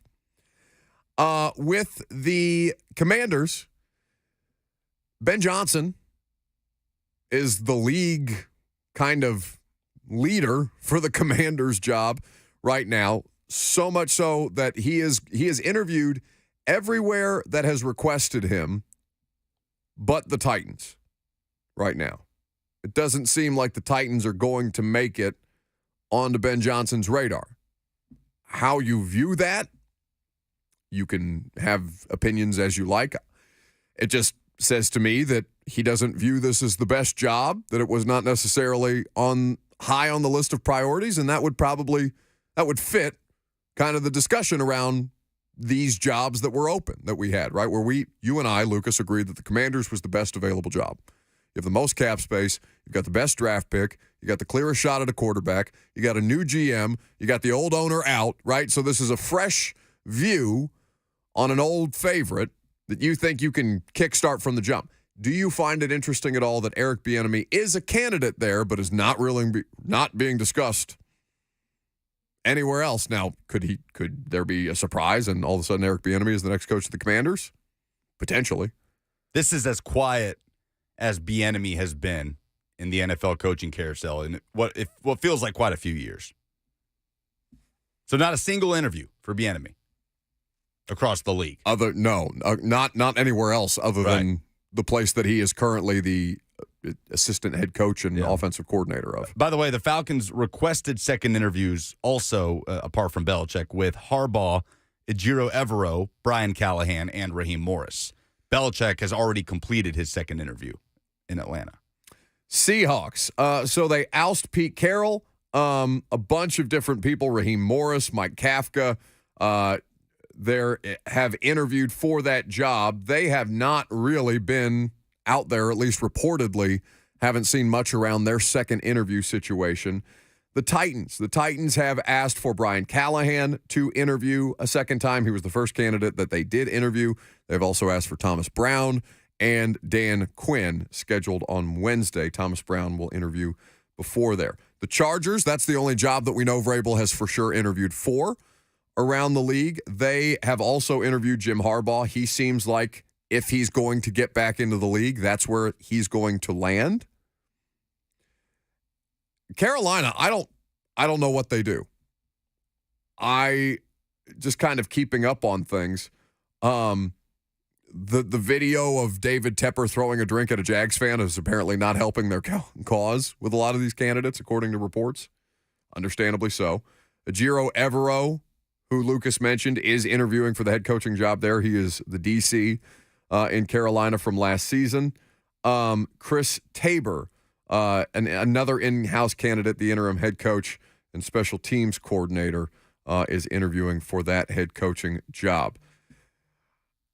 Those are going to be most likely, apparently it is being reported that Tabor and Evero are candidates to join the new coach's staff per a source with direct knowledge of the situation. But if Evero gets a head coaching job, we'll see how that changes. Antonio Pierce, we haven't talked about it since the Raiders made that official, but he is officially off the market, one of 11 candidates to be requested or interview here. So that's 2 openings filled. Yes. 6 to go. How are we feeling right now? What's the vibe? Because David Shaw interviewed here yesterday. Should we go ahead and do the full vetting process with him? I just think it's interesting that Shaw is popping up as a candidate. He has interviewed here and also with the Chargers. So 51 years old, San Diego native. He played at Stanford. Obviously, people will associate him at Stanford. Played for Bill Walsh there as a wide receiver in the early 90s. Was a great athlete, played basketball, ran track. His coaching career started in D2 as a position coach with Western Washington. His NFL coaching debut is 1997, where he's an offensive quality control coach with the Eagles. He moves to Vegas, where he's a quality control coach for the Raiders in 98. He is their quarterbacks coach in 2001. Jim Harbaugh actually replaced David Shaw as the quarterbacks coach of the Raiders in 2002. Obviously, Shaw later replaced Harbaugh as the head coach at Stanford. He spent the 2002, 3, 4, and 5 seasons as the Ravens quarterback and wide receiver coach, where he coached Derek Mason to one of Derek's several 1,000-yard seasons. At the time, it was the 3rd best season by a wide receiver in Ravens history. Back to the college ranks, he's hired by Jim Harbaugh when Harbaugh was the head coach at San Diego. So Shaw goes back to his hometown. He's the passing game coordinator, wide receivers coach in 2006. He follows Harbaugh to Stanford in 2007 to be the offensive coordinator. Works under Harbaugh there through 2010, coaching running backs and wide receivers as well. Obviously, huge success, calling plays for Andrew Luck. Toby Gerhart was a Heisman finalist as well. Harbaugh bolts to the NFL, hired at the 49ers, and David Shaw is the head coach at Stanford in 2011. And the next 5 years were just fantastic for Shaw. 4 11-plus win seasons, 3 Pac-12 titles, a pair of Rose Bowl wins. The last 5 years of his Stanford career tailed off, and he steps down after going 3-9 in 2022, finishes with a 96-54 record in his 12 seasons at Stanford, the winningest coach in Stanford history, by the way. But that is where people will associate David Shaw. He resisted a lot of calls from the NFL over those years. Oh, yeah, for sure. And things really tailed off, like I said, at the end. I mean, he didn't win more than 4 games in a season each of his last 4 seasons. Worth saying that one of those was a 4-2 record in the COVID year. But Stanford job, a different job today than it was even in 2012, right, with the evolution of college football. And Stanford, to my knowledge, I believe this is still true, since the transfer portal was instituted in college football, Stanford has received 1. They've had 1 transfer come to Stanford, and it was a grad transfer, defensive back out of Oklahoma a couple of years ago. Is it safe to say Stanford was the kind of blue blood academic institution that found the most success in football? More than, who else would fall under that category? Duke? Vanderbilt, Duke. Yeah, I mean. And with Stanford, you're talking about Hall of Famers, right, that have come out of Stanford. Teams that have competed for national titles, that have won Rose Bowls, that have won Power 5 titles. Well, and that's been the case historically. Yes. Like, they have upheld that tradition through, decades. And Stanford has suffered with the way college football has evolved. So Shaw steps down. He's been out of coaching for over a year. He's done some TV work. West Coast pro-style offense guy, offensive-minded coach, wants a balanced offense, has a great quarterback resume with Luck and what he did with Davis Mills and Tanner McKee at Stanford. And obviously the way it tailed off at the end, no NFL head coaching experience. He has not been in the league since 2005, but a really well-respected coach that interviewed last year with Denver and this year with Los Angeles and Tennessee. So it's curious, right, that David Shaw is creeping back into the picture after being away from the league for quite some time. I wonder if David Shaw maybe is a little bit late on coming back to the NFL with all the calls he was getting in, say, 2014, 15. Richard Sherman got out there on Twitter. Obviously, Richard Sherman played at Stanford for David Shaw after he interviewed with the Chargers and said, "Wait a minute, Chargers, he should be your guy. Don't let him leave the city. Great mind, great leader, great for the culture." You know, he's not one of these so there's a difference between how the league views these guys and how the media views these guys, right? And the way that they're discussed, because those are two very different things. Now, some of that can have crossover, but David Shaw, optically, to those of us who are talking about all the different candidates who are interviewing for jobs, they are more often coordinators. They are most often offensive coordinators.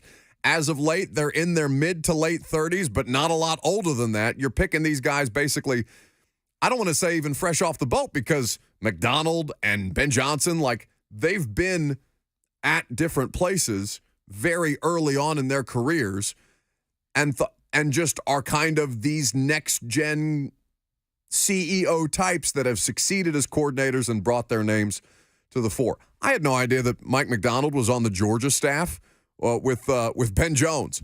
Before he went to school. Yeah, Ben was texting me about Mike McDonald and how he was a grad assistant at the time, and they looked at him like he was a coach because he just was very involved, like as much if not more than position coaches and stuff like that. Like, they knew he was a stud out the gate, and he couldn't have been more than 24. We went over that with McDonald, his time under Mark Richt as a GA. I forgot about that. You could have hit me with the joke, but you didn't. I don't want to do the Tom Pelissero is reporting ... bit. Somebody in the F&M Bank chat was, when you pulled that earlier in the hour, somebody, what is he reporting? I don't know. If people don't get that bit, I feel like you're throwing up the red alert. No. I don't care. I'm not going to have to. We've done the radio show for 3 years. I'm not going to re-explain every joke that we've ever done over 3 years of the radio show, given that is the one that most consistently appears. Unless you're going to make me. People hear Tom Pelissero is reporting and the alert goes up. Yeah, it should. It's coaching search season. It should. It didn't for you. That's the bit. Do we consider Shaw an actual candidate to be the head coach of the Titans? I mean, I have to consider him an actual candidate. He had an in-person interview. There's only... Sure. Are been, 11? We're not... Are we? No, there's not that have had in-person interviews, no. Okay. How seriously are we taking David Shaw as a candidate, knowing he has not been contacted for a second interview? Of the 4 that will have in-person interviews to date, I probably take him less seriously than the other 3. The least seriously. I don't know how they view him outright in the building.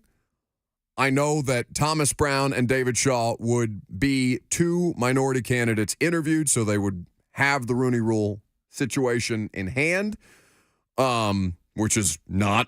It's something that they cannot ignore, given what Mike Mularkey kind of blew them up for a couple of years ago with his hire. So anyway, we'll keep it moving. I'm going to tell you which head coaching candidate for the Titans I'm all in on. Lucas has changed my mind. A couple of people did. I'm Buck Rising. It's 104.5 The Zone.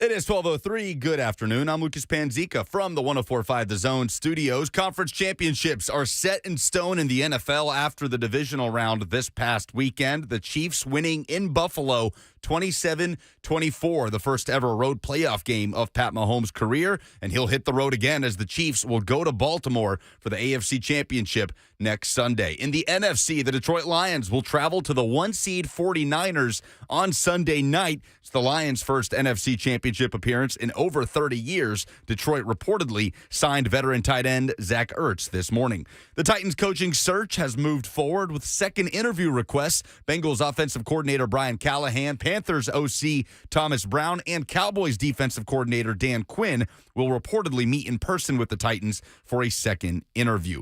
This morning, a huge commit for the Tennessee Vols as Brentwood Academy five-star quarterback George McIntyre announced his pledge to Tennessee over Alabama. McIntyre, the top prospect in the state and the number 2 quarterback in the country per 247 Sports in the class of 2025. For all your foundation repair and waterproofing needs, visit USSTN.com. Breaking news at once in your home for the Titans and Vols. This is 104.5 The Zone.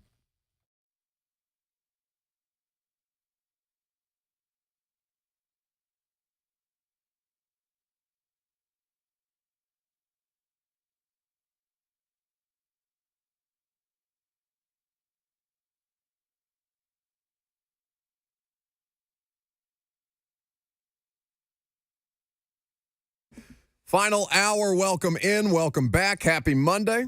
Thanks for hanging out with Lucas Panzica and myself. You got the phone number if you want to jump in. 615-737-1045. You got the F&M Bank chat where you can live stream the show on Facebook, YouTube, Twitter, and Twitch, and you can comment and interact there as well. Lucas, tremendous news. Avril Lavigne has announced a new North America World Tour. Nashville is a stop. I want to go. Is it Avril Lavigne, though? What do you mean? Is it Avril Lavigne? Yes. Well, you've heard the conspiracy theories about Avril Lavigne. No. There are conspiracy theories? Wait. Don't. Oh, I just want to let you Google it. Don't ruin. Can I do it now? Or should I wait for the commercial break? Do it in the break, and then I want to get your reaction on it later. Now I'm concerned. All I saw is one of my buddies on their Instagram story posted the tour announcement. It's Avril Lavigne, all-time low and simple plan. Man. Teenage angst me is dying to go. 13-year-old Lucas. Oh my God. Has already bought tickets. Sign me up. All right. We'll explore. Perhaps this will be another concert like Taylor Swift that I pander for. Anyway.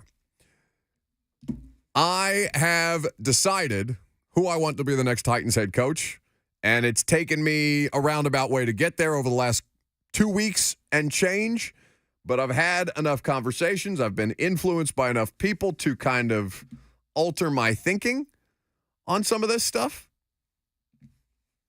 I want the next head coach of the Tennessee Titans to be the Bengals offensive coordinator, Brian Callahan, and nobody's going to convince me otherwise unless you make a really compelling argument.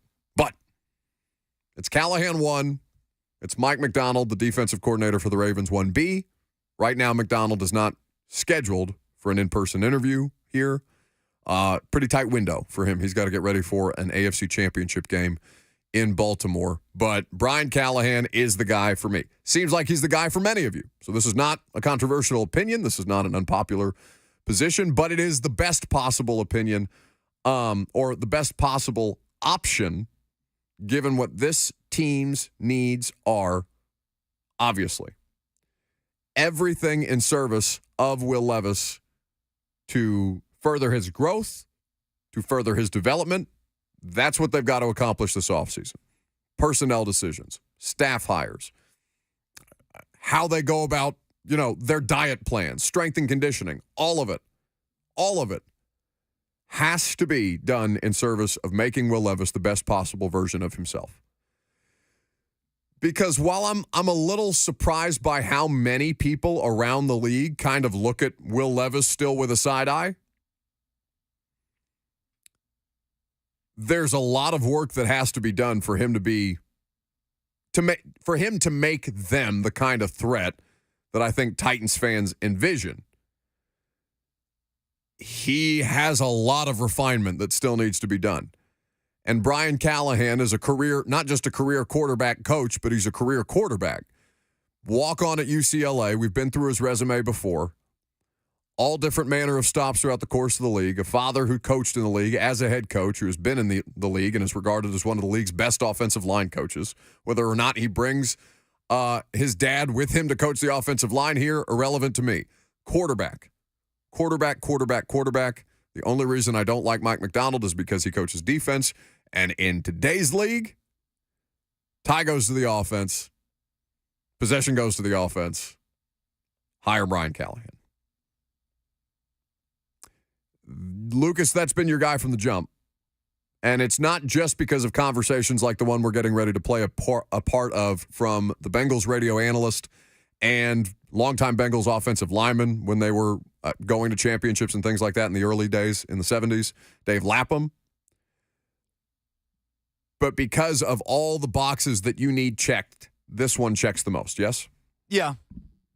Yeah, I think so. I think he's got the best resume of working with quarterbacks in this cycle, right? The only other would be Harbaugh, I suppose, with what he did helping Rich Gannon win the MVP and Kaepernick and Luck. And interview Harbaugh, which bothers me, but whatever. Sure. But outside of arguably Jim Harbaugh, he's got the best resume. The work with Peyton Manning, the work with Matt Stafford, with Derek Carr, and most recently with Joe Burrow. And just the way he communicates and sends a message across, I think Brian Callahan kind of encapsulates everything that we think about when you think of a young, rising, up-and-coming coach in the NFL that is offensive-minded and quarterback-driven. The only thing is he's not the primary play caller on game days, which is why we had Dave Lapham on the show last week to dive into that a little bit and what makes Callahan a quality head coaching candidate despite that fact.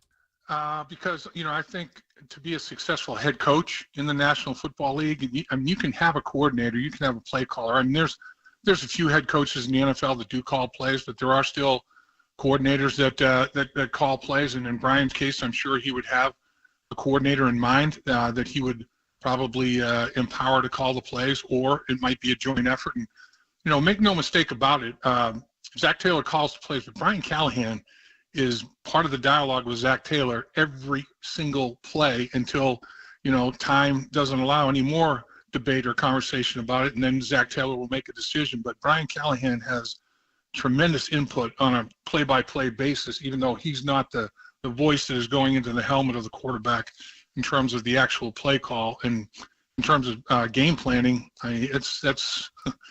it's a big part of it. A large part of it is his baby. Now, he's got his other offensive coaches contributing. There's no question about that. And Zach Taylor, gets his fingers and thumb into it a little bit as well. But Brian's the coordinator of that, putting all of that together. And he's done a pretty darn good job. I think, too, from a football standpoint, a head coach, in my mind, in this era of football, has to be able to deliver a clear message. And Brian Callahan is as good a communicator as I've worked with. I mean, the guy is unbelievable in terms of having a message and being able to communicate that message. And then the other thing is relationship building. I mean, in today's era, that's a very, very important thing with today's athlete. And Brian Callahan is unbelievably talented in terms of his people skills, building relationships with players, coaches, everybody in the organization. I mean, as far as a football coach, he's immensely talented. As far as being a human being, he's even more so. The dude is just one hell of a good guy, no matter what profession he's in. That is Dave Lapham, former Bengals offensive lineman and Bengals radio analyst. You can see that full interview that Lucas did on my sick day when him and Bert bailed me out on 104.5 The Zone's YouTube channel, where a bunch of these clips are posted. I have just stumbled upon the Avril Lavigne replacement conspiracy theory. She did not die in 2003. I can't believe you've never seen this conspiracy. Lucas, she did not die in 2003. There's a whole Wikipedia page devoted to this conspiracy. There's a lot on this. It is one of the most popular celebrity conspiracy theories of any celebrity in our generation. Wikipedia.org. A conspiracy theory states the Canadian singer Avril Lavigne died in 2003 shortly after the release of her successful first album, Let Go, and was replaced by a body double named Melissa Vandella. Do they have her name? Evidence used to support the theory included changes in Lavigne's appearance between 2003 and present, supposed subliminal messaging in her follow-up effort, Under My Skin, and a photo shoot in which Levine has the name Melissa written on her hand. Unbelievable. Why would she have her own name written on her hand? You don't know. Why is that evidence of anything? This was your idea. I wanted to talk about coaches. You were the one who wanted the Avril Lavigne conspiracy theory. Danny in Murfreesboro's next. Hey, what's up, Buck? Lifelong Bengals fan, and I'm here to reinforce your decision as Brian Callahan needing to be the next coach of the Tennessee Titans. I have a fondness for the Titans as someone who's lived here for a long time, but having watched what Brian Callahan has done with the Bengals, I think that it is a no-brainer for him to be a head coaching candidate, and he's a perfect fit for the Titans for a lot of the reasons that Lapham just mentioned, namely his work with very successful quarterbacks and his hand in helping in their development. And I also think that what he was able to achieve with the game planning surrounding Jake Browning, I mean, with Browning under the helm, the Bengals were still in the playoff hunt through Week 16. I mean, it was really impressive to see with a very limited offensive scheme what they were still able to draw up and have done. He's a fantastic coach, a world-class guy, and you guys would be lucky to have him.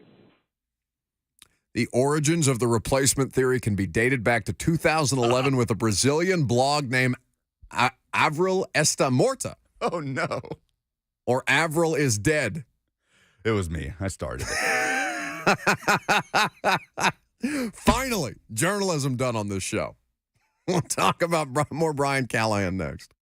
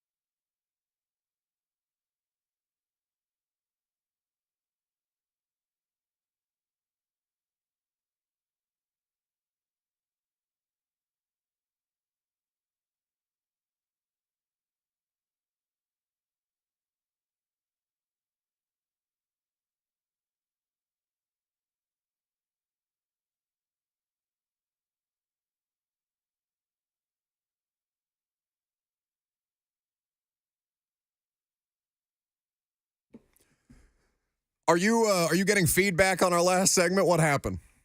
It was very rude how we did Danny there. Danny in the Borough, loyal listener. Wait. Daily to 104.5 The Zone. Calls in, gives us his take on Brian Callahan as a Bengals fan, that the Titans would be lucky to have him. And, I mean, we just ignored him.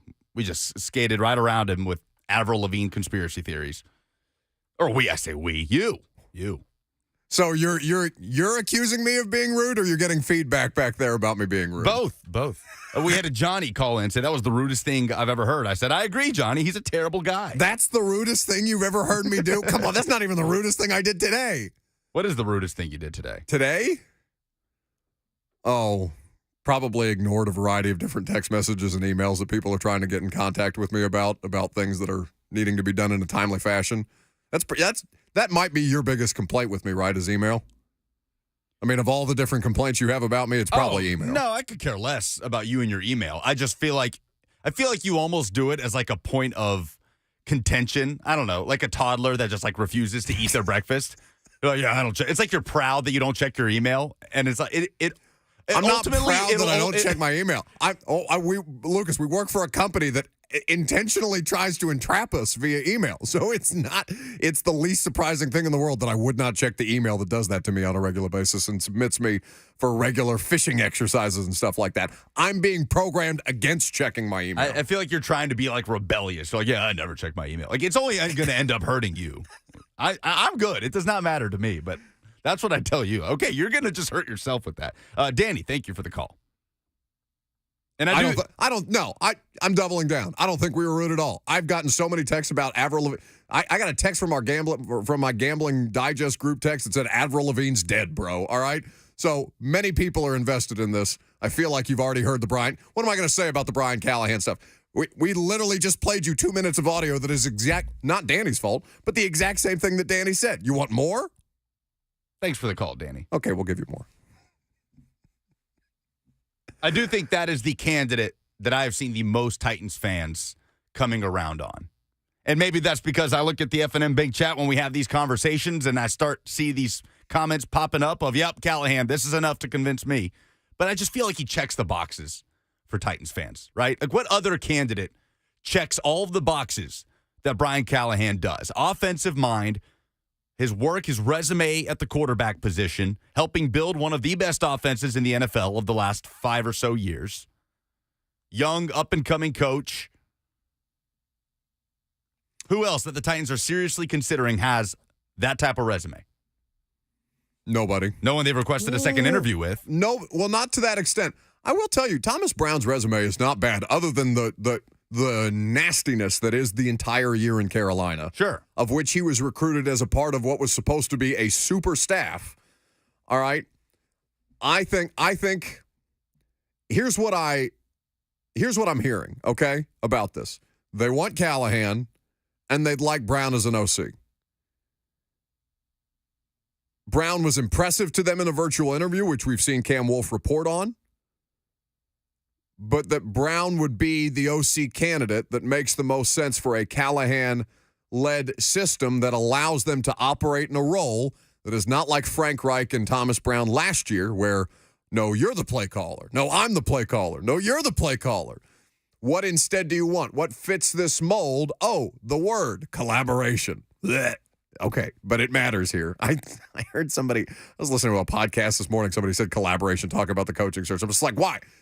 Did somebody get an email from the league that, along with Rooney Rule qualifications that need to be satisfied, that collaboration must be something that's involved in every coaching search? It's a perfectly regular word to use in instances where there are multiple voices in a room, as is typically the case with every pro sports franchise. We've just dragged it into the ground. What happened to working together?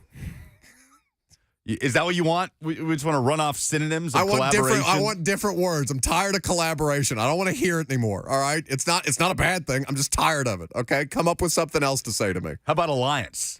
Not that. We ripped that when the alliance formed with all those conference commissioners coming together. Yeah, but that was a lie. That killed off that word. That was a blatant lie. A handshake agreement among gentlemen or something like that. And then everybody just shatters it for money. We could use fraternization, but that just seems like something, I don't know, something malicious is going on. Fraternization? You have synonyms in front of you? Yes, I do. Alliance, partnership. Partnership works? Yeah. Joint effort, teamwork. Yeah. Why working in concert? Why have we limited ourselves to one tired word? There's a whole dictionary full of words that you can use to describe said joint effort. All right. So I think that when you look at this, Callahan makes the most sense. Brown as an OC fits. If that's the way that this ends up working out, because Thomas Brown is interviewed for other head coaching jobs, safe to assume that he wants a head coaching job. So you're entering into a situation, by the way, that you're not necessarily 100% protected from. What did Dave Lapham say earlier? In fact, can you play that Dave Lapham clip again? Is that handy for you? Where he's talking about what Brian Callahan would empower another person, another offensive coordinator to do. This was Dave Lapham, the Bengals radio analyst, talking about Brian Callahan as a head coach. Because, I think to be a successful head coach in the National Football League, you can have a coordinator, you can have a play caller. There's a few head coaches in the NFL that do call plays, but there are still coordinators that call plays. And in Brian's case, I'm sure he would have a coordinator in mind that he would probably empower to call the plays, or it might be a joint effort. And, make no mistake about it, Zach Taylor calls the plays, but Brian Callahan is part of the dialogue with Zach Taylor every single play until, time doesn't allow any more debate or conversation about it, and then Zach Taylor will make a decision. But Brian Callahan has tremendous input on a play-by-play basis, even though he's not the voice that is going into the helmet of the quarterback in terms of the actual play call. And in terms of game planning, it's a big part of it. A large part of it is his baby. Now, he's got his other offensive coaches contributing. There's no question about that. And Zach Taylor, gets his fingers and thumb into it a little bit as well. But Brian's the coordinator of that, putting all of that together, and he's done a pretty darn good job. I think too. Okay, so that's Dave Lapham. So that he would empower somebody to call the plays, Brian Callahan, i.e. the Brian Daboll model, where you're the offensive coordinator, you're a good play caller, you get hired because you get noticed for your ability to coordinate an offense, but you then delegate. You delegate that to, in the case of Daboll, Mike Kafka, which was viewed as a pretty, groundbreaking is too strong a word, but was a substantive move, because the whole reason that Brian Daboll is here is because, you're skilled with offense. Please fix Daniel Jones. You're giving it to somebody else. What do you mean? And Mike Kafka does a good job. That the two of them, Callahan and Taylor, are on the headset up until the 15-second mark on the play clock, which then shuts off the coach to quarterback communication line, is not insignificant.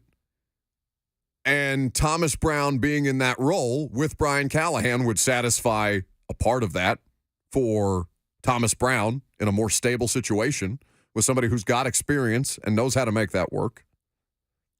And two, if you're the Titans, protect yourself from this constant, stream of having to replace the offensive coordinators, because even if Callahan, say they hire Callahan and say Brown calls the plays this year, Brown gets a head coaching job the next offseason. It's still Callahan's system. You can bring somebody in to fill that role and work in concert with Callahan. It's a mind that he respects. I'm not going to say the word. I've banned the word from the radio show. Well, we need a replacement. Dan Doris on the Facebook live chat submits in cahoots. That also like sounds that. Nefarious. No.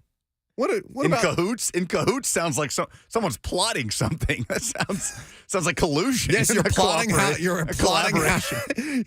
how to squeak by Patrick Mahomes and the Kansas City Chiefs in the playoffs. Maybe that is what it is. And you're plotting the takeover of the Chiefs. That doesn't seem possible at the moment. That's what the Ravens are all in cahoots right now, trying to figure out how to stop Pat Mahomes. I like in cahoots. In cahoots, the official dictionary from Oxford. I know we typically do Urban Dictionary, but from Oxford, it's colluding or conspiring together secretly. Yeah, that's kind of what coaches do. That checks out. That checks out. That's game planning. Named it. We've absolutely nailed it. Well done, Dan Doris. 615-737-1045 is the number. Scotty in Gallatin is next. Hey, guys, you there? Yep. My big question is who would want to come here and coach? Because we don't have a line. They've not made any changes besides getting rid of Vrabel. And are they going to sit there and promise a new coach or offensive line and everything? And these new coaches are young. Who's going to be the supporting cast when they've never been a head coach before? For sure. I appreciate the call, Scotty. So when Vrabel got hired, it was Dean Pease, right? Now, Dean was not a head coach, had not been he'd been a head coach at different levels in college and stuff like that. But Dean Pease was a former defensive coordinator for Mike, was a former position coach. When Mike was a player. When Mike was a player. Great knowledge of the game, great history, great scheme. Comes in and helps Mike Vrabel work through a lot of the early goings of what a first-time head coach is going to be up against. Now, Vrabel's also got a bunch of different connections across the league, including Bill Belichick, that can help him learn how to do that job or who he can seek advice from and all these different things.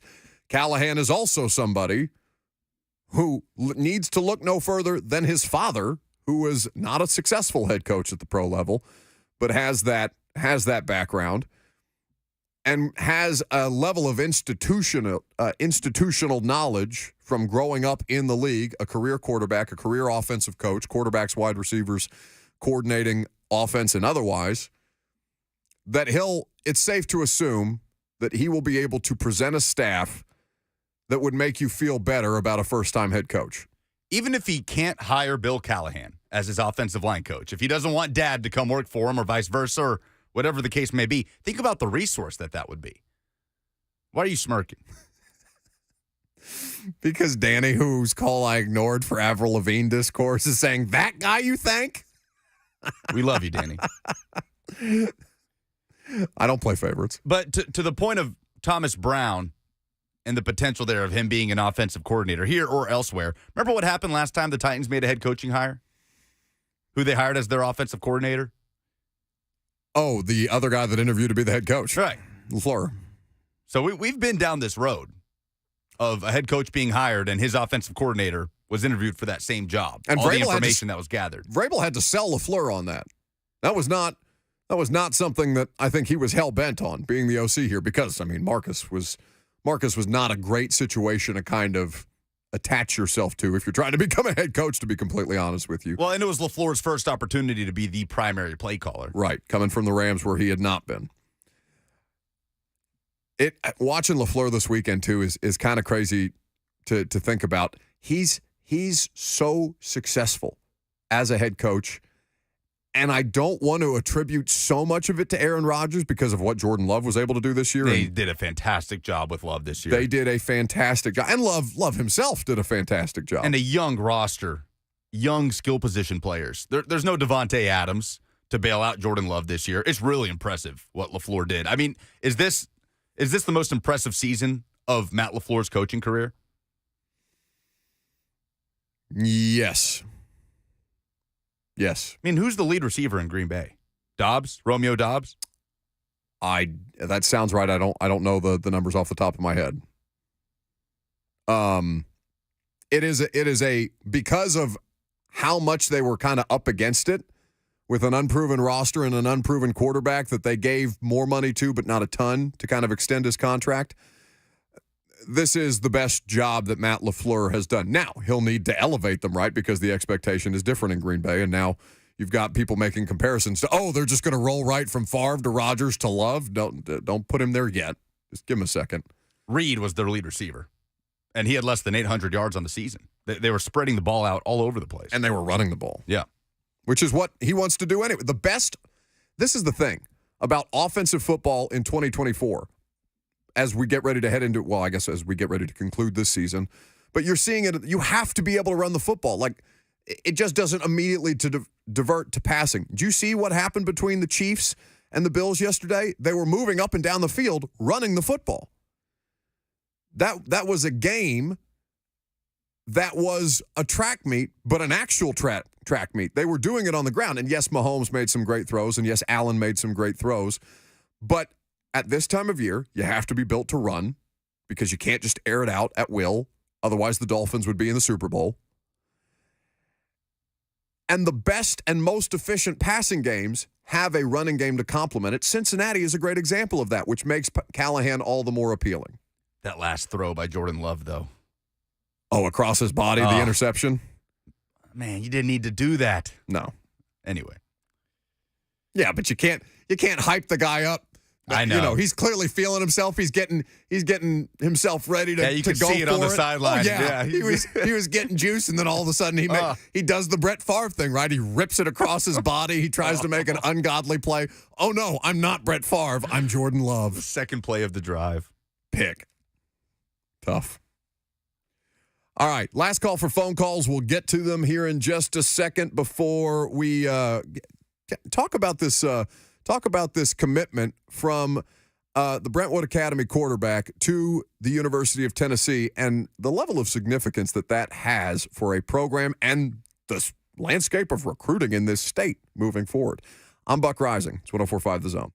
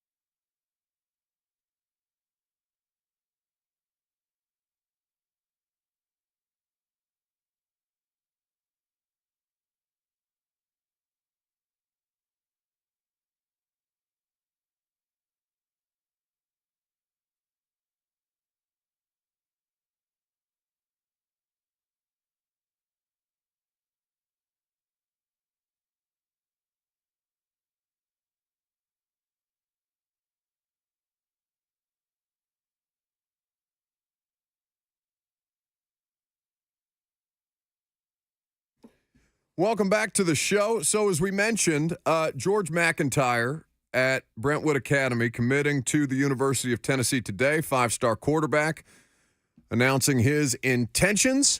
He'll be on the morning show tomorrow at 7:20, so you can hear that full interview there, and then I'm sure it will be clipped and put on the 104.5 The Zone YouTube page, so you can listen back to it afterwards and watch. Be sure to subscribe while you're there. Please do. We'll get to the significance of that here in just a second, but last call for phone calls while we got them. 615-737-1045 is the number. Robert is in Nashville next. Hey, Buck, how you doing? Good. Hey, I know everybody's wanting to put all their eggs in Will Levis's basket and everything, but, the most important thing about a good quarterback is being consistent every week. And after going through Sam Howell looking like, the Commander's answer, and then he just fell off a cliff, I think that's going to be – I don't think they need to do that. I think if I'm picking at 7 or 8, whatever the Titans are picking at, man, I'm getting a first-round quarterback if somebody falls real good, and let them compete for it because quarterback is so important now. And that's really all I wanted to say. Thanks. Thank you for the call, Robert. I'm not going to outright dismiss it, but Will Levis is, for all intents and purposes, your first-round quarterback. He's the 32nd overall pick. He was not a first-round pick because Miami lost the first-round pick to tampering, so there was only 31 first-round selections this past draft. But Will Levis is a first-round pick. Did they have a first-round grade on him, the Tennessee Titans? They did. To hear people in the organization tell it, Rand would have taken him at 11 if Skoronski had gone before, or the Titans would have taken him at 11 with Rand and Mike and everybody else in the draft room. Him being mentioned in Amy's initial statement probably tells you everything you need to know. You are going to have to convince the owner that she doesn't have a quarterback when she seems to think she has a quarterback. Now, 8 weeks ago, she thought she had a head coach, and then she changed her mind. So these things are fluid, I suppose. I just think that right now, let's not think about Will Levis' 10-year plan. Let's think about Will Levis' 3-year plan, all right? Because he's already burned one of the 4 years of his rookie deal. Will Levis on a 3-year plan, can you find the most amount of success around Will Levis in a 3-year window? And then make whatever quarterback decisions you need to make beyond that. Now, maybe you're arguing, well, you're not going to pick 7th overall if you have a fair amount of success with Will Levis. I understand that argument. I think that you're going to have to basically, if you are a candidate interviewing for this job, you are coming in under the impression, not like Chicago, where they're thinking about hiring Cliff Kingsbury because Caleb Williams worked well in that system. Well, they're not. They've made a hire there. Oh, did they? The Bears this hired. Morning? Yes. It was just in front of me. They have made a hire. It is not Cliff Kingsbury. It's Shane Waldron, Seattle. Okay, Seattle I was about to say offensive that name sounds familiar. Yes. Yeah, Tom Pelissero tweeting 7 hours ago, the Bears are working towards a deal to hire Waldron as their new OC. I missed that. Okay. So quickly on George McIntyre, the 5-star quarterback that committed to Tennessee today from Brentwood Academy, local kid staying home in the state. Implications of this are huge because rarely, as Lucas I'm sure is going to tell us, does Tennessee get the 5-star quarterback commit. All of a sudden you've got 2 of them now on your roster in the future. He'll join Nico in that regard. Now, George has another year of high school football to be played. Brentwood Academy made what I think is a great hire. Paul Wade, former coach at DCA, comes over to coach Brentwood Academy this coming year in George's senior year. I've gotten to call a few of his high school games. I've seen George play high school basketball. He helped BA win a basketball state championship, had a double-double in the state championship game as a freshman last year. So a great athlete. This is what Andrew Ivins, the director of scouting, says on 247 Sports. High upside quarterback prospect with a franchise-worthy frame, college-level arm, and fluid pocket movements. On the skinnier side, but he's over 6'5", likely going to fill out some more when he's done with basketball. possesses a cleaner stroke and can drive the football 50-plus yards, shows touch on deep shots, and will use trajectory to his advantage. Shouldn't be viewed as a top dual-threat talent, but is elusive in the face of pressure and will slip and spin away from trouble. Timing and accuracy listed as some of the things that he can improve on, cutting down on mistakes. But overall, he's a fantastic prospect. He's got all the measurables. Tennessee's been pursuing him for a long time. And the biggest question for me is the rippling implications across the rest of Tennessee's recruiting class. Because we were waiting after Nico pledged to Tennessee. We were waiting for the Nico effect with the rest of that recruiting class. Yeah, we talked about it because Texas got it with Arch. Right. And it never really materialized. And you ask yourself, why might that be? Nico, a West Coast guy. Tennessee's not getting the majority of its talent out of the West Coast. Maybe it's he didn't have as many of those connections. I don't know. I don't know what the reason for that was. It's going to be fascinating to see what happens here with how many guys just want to come play with George. So the next few weeks will be really interesting in the ripple effect of McIntyre's commitment. But no doubt, massive, massive news for Tennessee, for Josh Heupel, who I'm going to go ahead and say is probably the only coach in Tennessee history to have 2 5-star QB commits in one tenure. I don't think Philip Fulmer did. I think Casey Clausen maybe was the only one for Phil. So huge news this morning as George McIntyre picks Tennessee.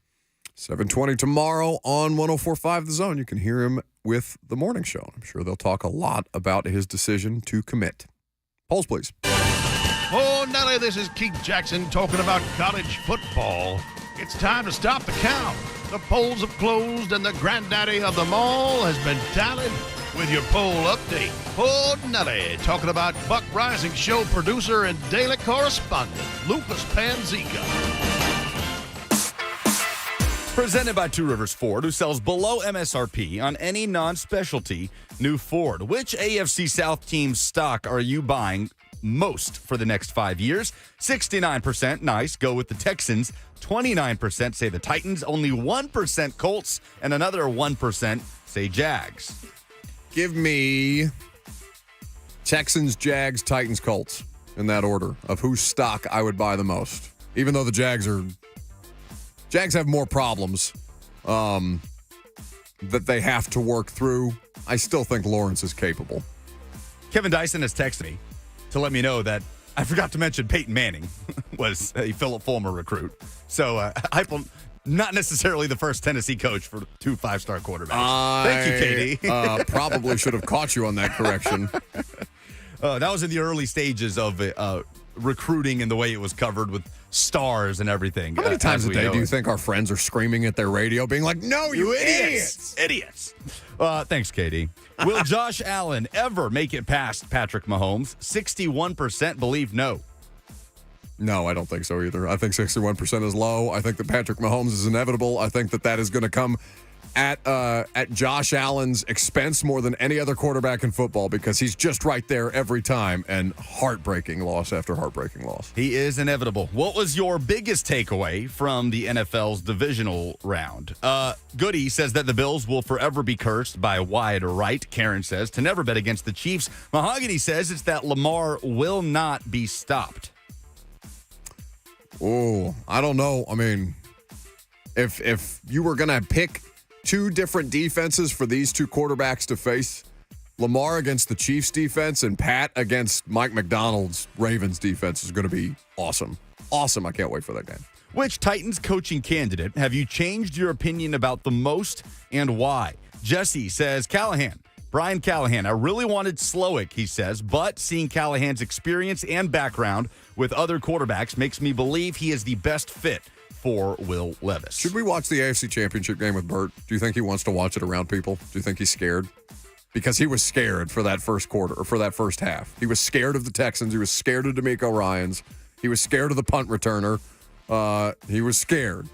I don't know if he wants to watch it with us, but I kind of want to be there to needle him the whole time. Yeah, I don't think he wants to watch it with you because of that. I would be respectful. See, you are not a football fan as far as having a team, right, that you live and die with. So you don't get it. You don't get that psychological trauma. I know you have it with Indiana basketball, but I would watch it with Bert And I would comfort Bert in his time of need because I don't like seeing my friends upset, but you do. Oh, that's not true. Everybody likes to see their friends miserable in sports.